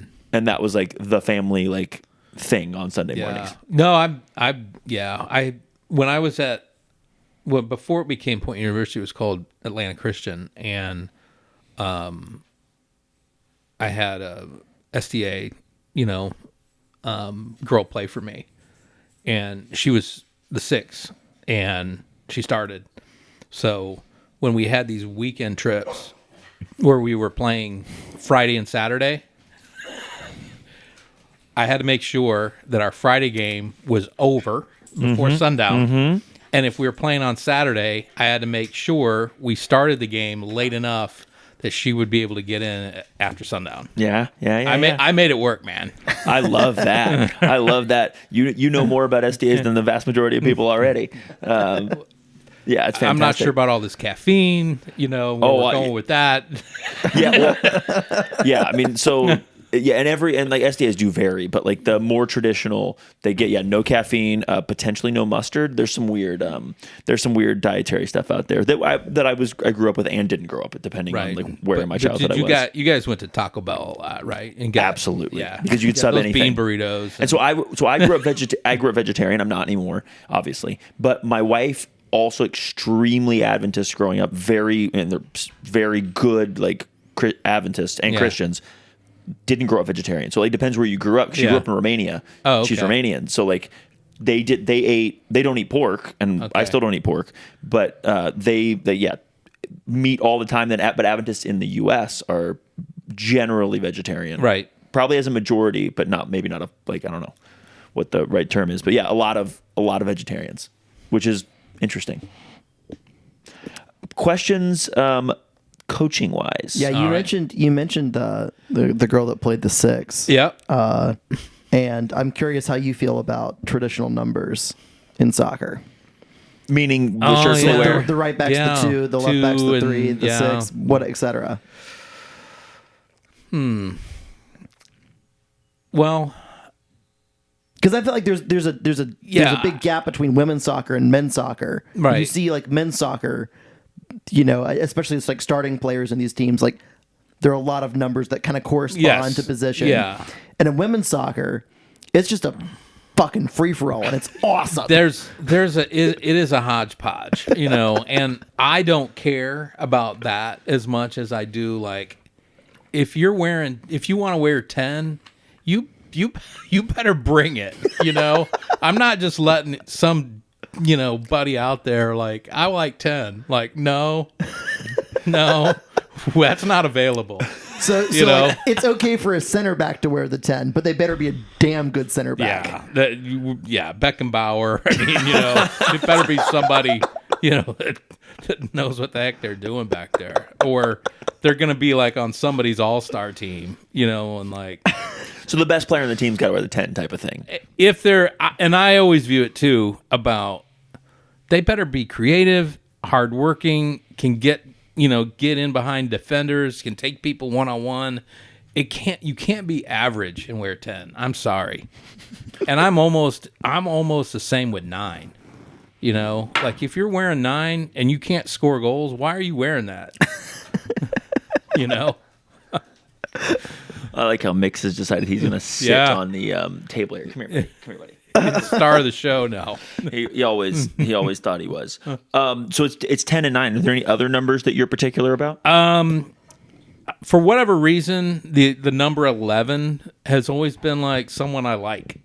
Like Palito wore 11 for me at Point, and usually the players that have worn that number, they stay for like 4 years. Like they stay their whole career. I don't know why it's worked out that way, but it has. Mixy. But I don't have a lot of other ones. 7 doesn't get worn by our team at Point because we had a player there that scored 80 goals wearing that. And I'm like, when girls ask me, I'm like, yeah. I show them this picture in my office. I'm like, yeah, she's, she had 7. She's the only one that's So it's essentially retired. Is it officially retired? Nah, it's not. But I've been I've been the only coach there. So I started the program. So, I tell them, I'm like, when I'm gone, maybe somebody will wear it. But right now, she has to have like if I find someone that I think could wear it and not be like an embarrassment, I'll run it by her. I'm like, hey, what do you think about this? So it's like the 7 at Man United. Yeah. Where like people were like, who could possibly wear it now after Ronaldo and Beckham and like all of these like legends. I think George Best had it too. Yeah, I think you're right. Who wears the 7 at United now? I think Nadia's got it. Oh, for us, yeah. I don't. Oh, for men? Yeah, I don't know. At Man United. Oh, for us. I thought you meant CFC. Nadia's got it for CFC, and then Damien's got it for the men's side. I don't remember who's wearing it right now for United. Yeah, Nadia's a 7 playing central midfield, so that's fun. We have a lot of fun on our team. To be like completely clear, like some are wearing the 10, playing as a striker. Yep. Yeah, Matthew's a big fan of that. Nadia, wearing the 7, playing central midfield. I do enjoy even like Sam wearing the 4, playing the 6. Mm-hmm. That's always good. Matthew's a non-number traditionalist. Anatoly wearing the 97, playing center back. He's a big fan. Huge fan. Marcus of that. wearing the 99, yeah. Which is a little bit more traditional because sometimes the 9 obviously wears 99, but 99 he kept 99. He did not switch to 9 in this. Okay. So like that was huge. Matt loves the fun numbers, quote unquote. Yeah. I like the more traditional numbers. I don't have a giant say, but he also likes to. So he likes the wild numbers, but then he refers to the numbers like as the 2 and the 3. He'll be like, yeah, the 2 was getting up and cutting in, and then the 7 was doing, and it's like you can't refer to traditional numbers and then prefer non-traditional numbers, man. But sure, I can. Is the 3-5-2 your preferred formation? It seems like it, doesn't it? I mean, and we didn't play that in college, really, but then. I look back on it and yeah, we kind of did. It was just a different type of defending that we, it was more man to man, and not as much zonal. But now, it's not completely zone, but it, I don't like when people refer when I do play a 3-5-2 is like, oh, she's your sweeper. No, not really. I don't view it as that because we don't set anybody that far back. Right. And we certainly don't play a stopper, I don't think. Mm-hmm. But people will look at it. Oh yeah, that's no, not really. But yeah, I guess it is my preferred. But you don't play it in college? We do. We didn't play it last season.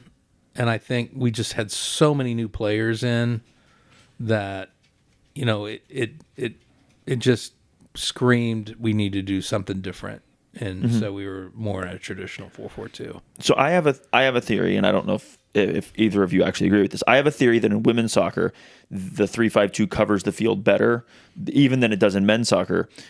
This is because the athleticism isn't covering the ground as much with running. It's spreading the field a lot of times and then moving the ball and still getting up and down. And that may not be actually correct, but that's how I look at it. Because basically what I'm looking at is how when we're lined up in a 3-5-2, I feel like we exploit the space better than we would in a 4-4-2 as an example. I know like the 4-3-3 is the Dutch like cover the field as best as possible. I just don't always know the 3-5-2 is not perfect, but I don't know. I think that the way, especially the way you're playing it. So I guess I'll give that like piece of thought and then not actually ask you guys for your thoughts if you think that's correct, because I'm going to ask you about the wingbacks that are currently playing for us. Do you view them, and I'm going to say you can't answer it as all, even though the actual answer is all. Do you view the wingbacks as defenders, midfielders, or attackers? I realize they do all of it, but when you're thinking about them, what's the primary job of those wingbacks? I think I think it's going to be determined on the opponent we play, but I think if it's a default answer, then I'm going to say they're more like midfielders. Okay, because I thought we really against Nashville we say don't make giant assumptions after one game, and then we played one game, and we're making giant assumptions. But it certainly looked to me like we had 5 actual midfielders playing in the midfield most of the game, with the wingback certainly going like literally touchline to touchline sometimes, but really like a lot. I felt like I don't know if won that game in the midfield is the correct term, but we really made it. We made it difficult in the midfield with 5 players. Like, yeah, I don't know. Did you see it that way? Yeah, I do. We knew that Yuki, their number 10 player. Yes, she's unbelievable. Yeah, I mean, she's going to be a handful no matter who we throw out there, right? And so I definitely don't want to be in a 4-3-3 against them because I think she'll just run amok. Yes. I think the way it was is that there were certain players that, gave her a problem. Now, she scored a wonderful first goal. The second one, she just benefited on a call, A shit call, by the way. Yeah, and yeah, from where I was standing, I'm at an angle, and I saw where that play started, and when it went to he's pointing to the spot and people are leaving the box, I'm like, really? I really need to look at that again later, because I think that if there was a foul, it started outside the area. Yeah, and Matt's problem with it, which I mostly agree, is that it was certainly not the same fouls that he was calling in the other parts of the game. But she made the most of that contact as well. Yeah. And she knew it was coming though. Like, it was very smart. Like, as soon as she felt the touch from behind, and like there's some contact there. When she feels the touch, she immediately goes down. Like, and I mean, obviously she falls in the box. Yes. And we knew that. Yeah. But and she's just a very smart player. I don't need you getting in trouble with the WPSL about commenting about referees, but I don't think the WPSL is going to be. I'll just cover it and say that you like body slamming is legal, and body slamming should be legal in the second half as well. Yeah, Matthew said that murder was legal in that game. Well, we've been talking a lot about food, and we didn't really touch on this, but you mentioned about Chuck, and I kept thinking during the match that that's like a meat grinder out there. Yeah. Yeah. It was so and physical. It wasn't getting like there was like it wasn't even like thought of to like call it. And I'm like, there were did we have like some kind of memo like, hey, this is going to be allowed now? Like there were like full on absolute like orange card challenges that the referee was just like, no foul, great play, keep going. There something happened early in the match, like. We sustained about 5 minutes of like nervousness, and you're like, like, let's get out of this without please getting a goal scored because we don't need to be going like back to last year. And because I know we're better. And so once we just got out of there and we started getting the ball forward, I think the first touch Summer had on the ball, she cleaned out. There were 3 players that converged on her. And I'm like, this is not, the Titans, practice squad for defensive backs, but that's what it looked like. Yeah. And I'm like, it was right in front of their bench. And then like the 4th official's there, the AR's there, the referee's there. And like, okay, am I really the only one that saw that? Yeah. No, you were not the only one that saw that. Like, and I said this on the review pod. Like, if you were within a zip code of the ball, like there was no a clean foul. tackle. Yes. Yeah. So like, that's why the penalty is not a penalty for me. Yeah. Like, I don't care. Yeah. I don't care if there was contact. Like, it's short of like grabbing a girl by the ponytail and like yanking her down. Like that was the only actual foul call in the game, basically. You can't award penalties for ticky tack bullshit like this. Yeah, that was a very, very rough game. But I do think we played well, and we in the midfield, like, it was a very different game especially than last time we played them. And not just personnel wise, because for sure, like, that's a big part of it too, but like numbers wise, we were in and around the ball, and we were to hold the ball obviously a little bit more, but I don't know. It was I felt like very, very different. And part of that to me seemed like the wing backs. And there were many times that they were getting a 1-on-2 matchup, right? So they'd be coming down and you'd have either Bailey and Anna maybe, or you might have Katie and Avery on the other side, and you'd have the winger coming against two players, as opposed to the opposite. You don't want it a 2-on-1, right? You don't want to be getting 2-on-1, and it just felt like we were very effective in the midfield and then in those outside spaces for the most part when it wasn't Yuki didn't have the ball. She created all their danger.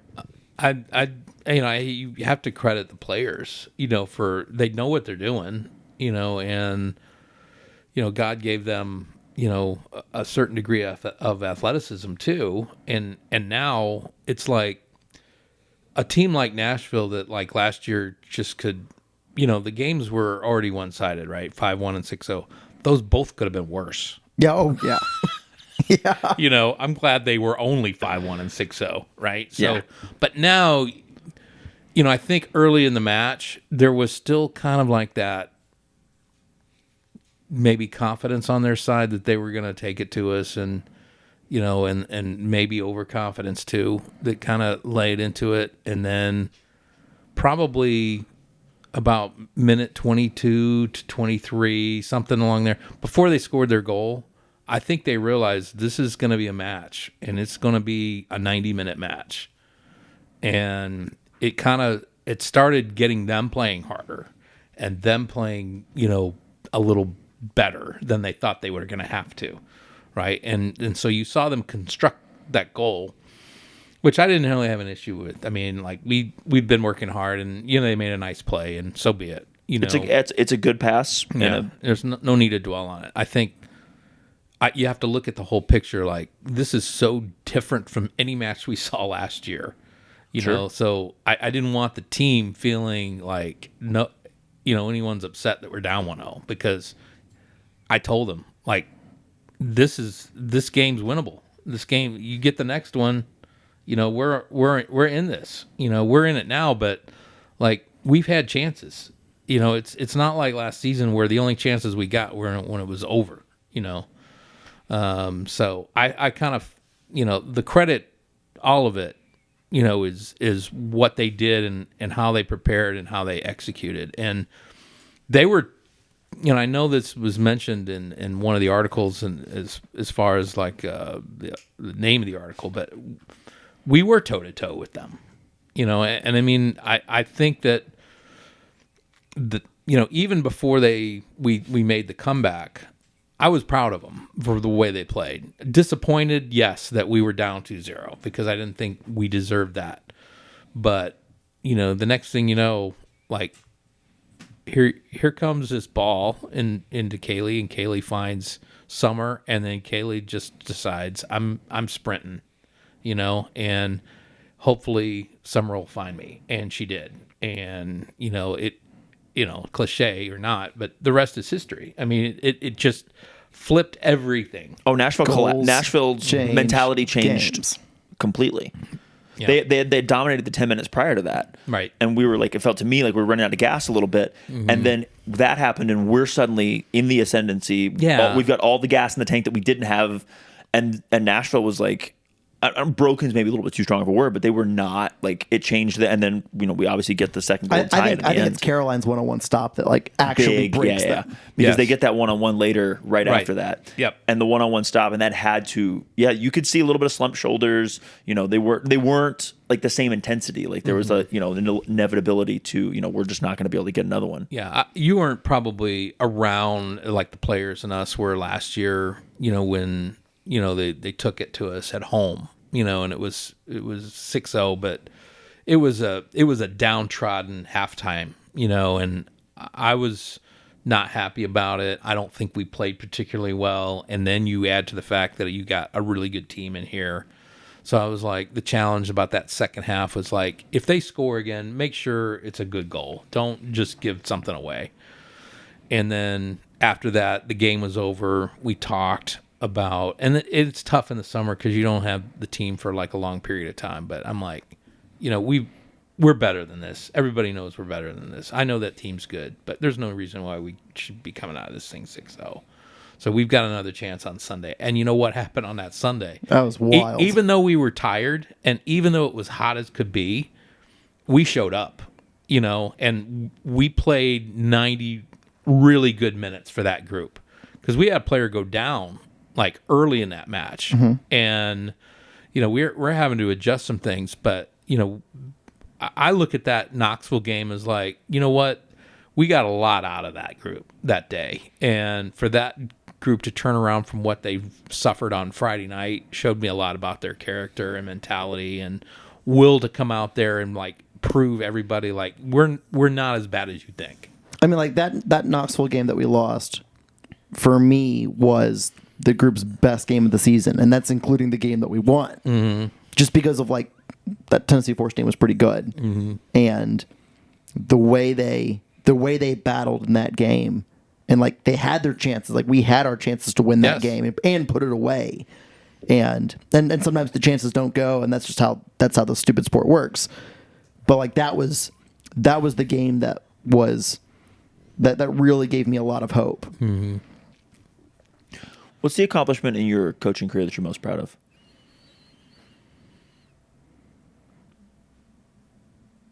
I think we put together a team in 2016 at Point that I felt like could go to the national tournament. Like it was that good. I mean, we got some votes for top 25, but in the landscape of our conference that year, we had beaten everybody, with the exception of one team in Kentucky called Union College, and we dropped a 2-1 game, and so we were playing Reinhardt basically for the regular season title. And that first half of that match was almost a perfect match for us. We could have been up 3-0. We only were up 1-0, and it wound up going south late in that game, like incredible. Like they scored a nice goal to tie it up, but with like 40 seconds, we're all preparing for overtime, and they knock in a really fluky goal from an angle from about 45 yards out. No joke. Girl just knocked it and like hope for the best. And you saw the ball going, and you saw where our keeper was going, and you're like, I think this is gonna go over. And then all of a sudden, it slides underneath the bar and over her hand and into that little side netting at the top. And you're like, pfft. However, we still had the opportunity in conference play, and we got knocked out on penalties. But I kind of felt like we would really put together, a really solid team. And I think it was our, best team that we had. So I probably the most proud of that, even though we did some different things like earlier on in our program's history, but I don't think it was as good as that team, putting that team together. Nice. Beautiful. And do you have a particular coaching philosophy? We know that Rod is a very Dutch type of, and he's got his own thing, but he's control with the ball. Do you have a particular type of coaching that you stick to, or are you just place the pieces in whatever happens to be how do you think about that? Yeah, I think, you have to look at what the personnel is on any given day and give yourself the best chance of getting a result, and I'm not in favor of playing direct, but sometimes that's the only thing you can do. If your midfield is not very good and, you look at them and they're constantly losing the ball and they're getting overrun, then, well, what are you left with? If you've got some speed up front and they can get in behind, you know what? We are going to be more direct. So I'm not so much, wedded to a certain style of play. It's all going to be based on what, players you have available to you. Personnel is policy. Mm-hmm. Yeah, personnel is policy. Matthew, is there anything left on this long list of questions? I just went through it, and I think we've hit it all. Well, Coach, it's 2 hours and 17 minutes. You're kidding. So this will be. I hit record a few minutes before we started recording. We did our little mic check. So okay. but it's going to be over 2 hours. Oh man, you have to edit this. It's a good. No, it's a Some good. of this has got to get edited. No, out. we're No, going no edits No, today. no edits today. Yeah, it's a great episode. Thank you for joining us. No problem. But I just didn't feel like we were that. I mean, I felt like it was maybe an hour and a half. Yeah, no, you get sucked in. It's that it's a good conversation. It's those fries. It's the fry conversation. Is there anything you were hoping we'd asked you about that, or anything that you want to leave our listeners with? No, I mean, I think we covered the gamut here. I think we did too, and I think that your food takes are much better than Matthew's or mine. So we appreciate those. That's. I mean, I married well, with that. Always helps. And yeah, so. Oh yeah, my garbage food takes are pretty good. The actual only good ones are definitely related to my wife, for sure. Well, listeners, thank you for listening. Thank you guys for joining us, and we will see everybody on Saturday for the doubleheader. Thanks, everybody.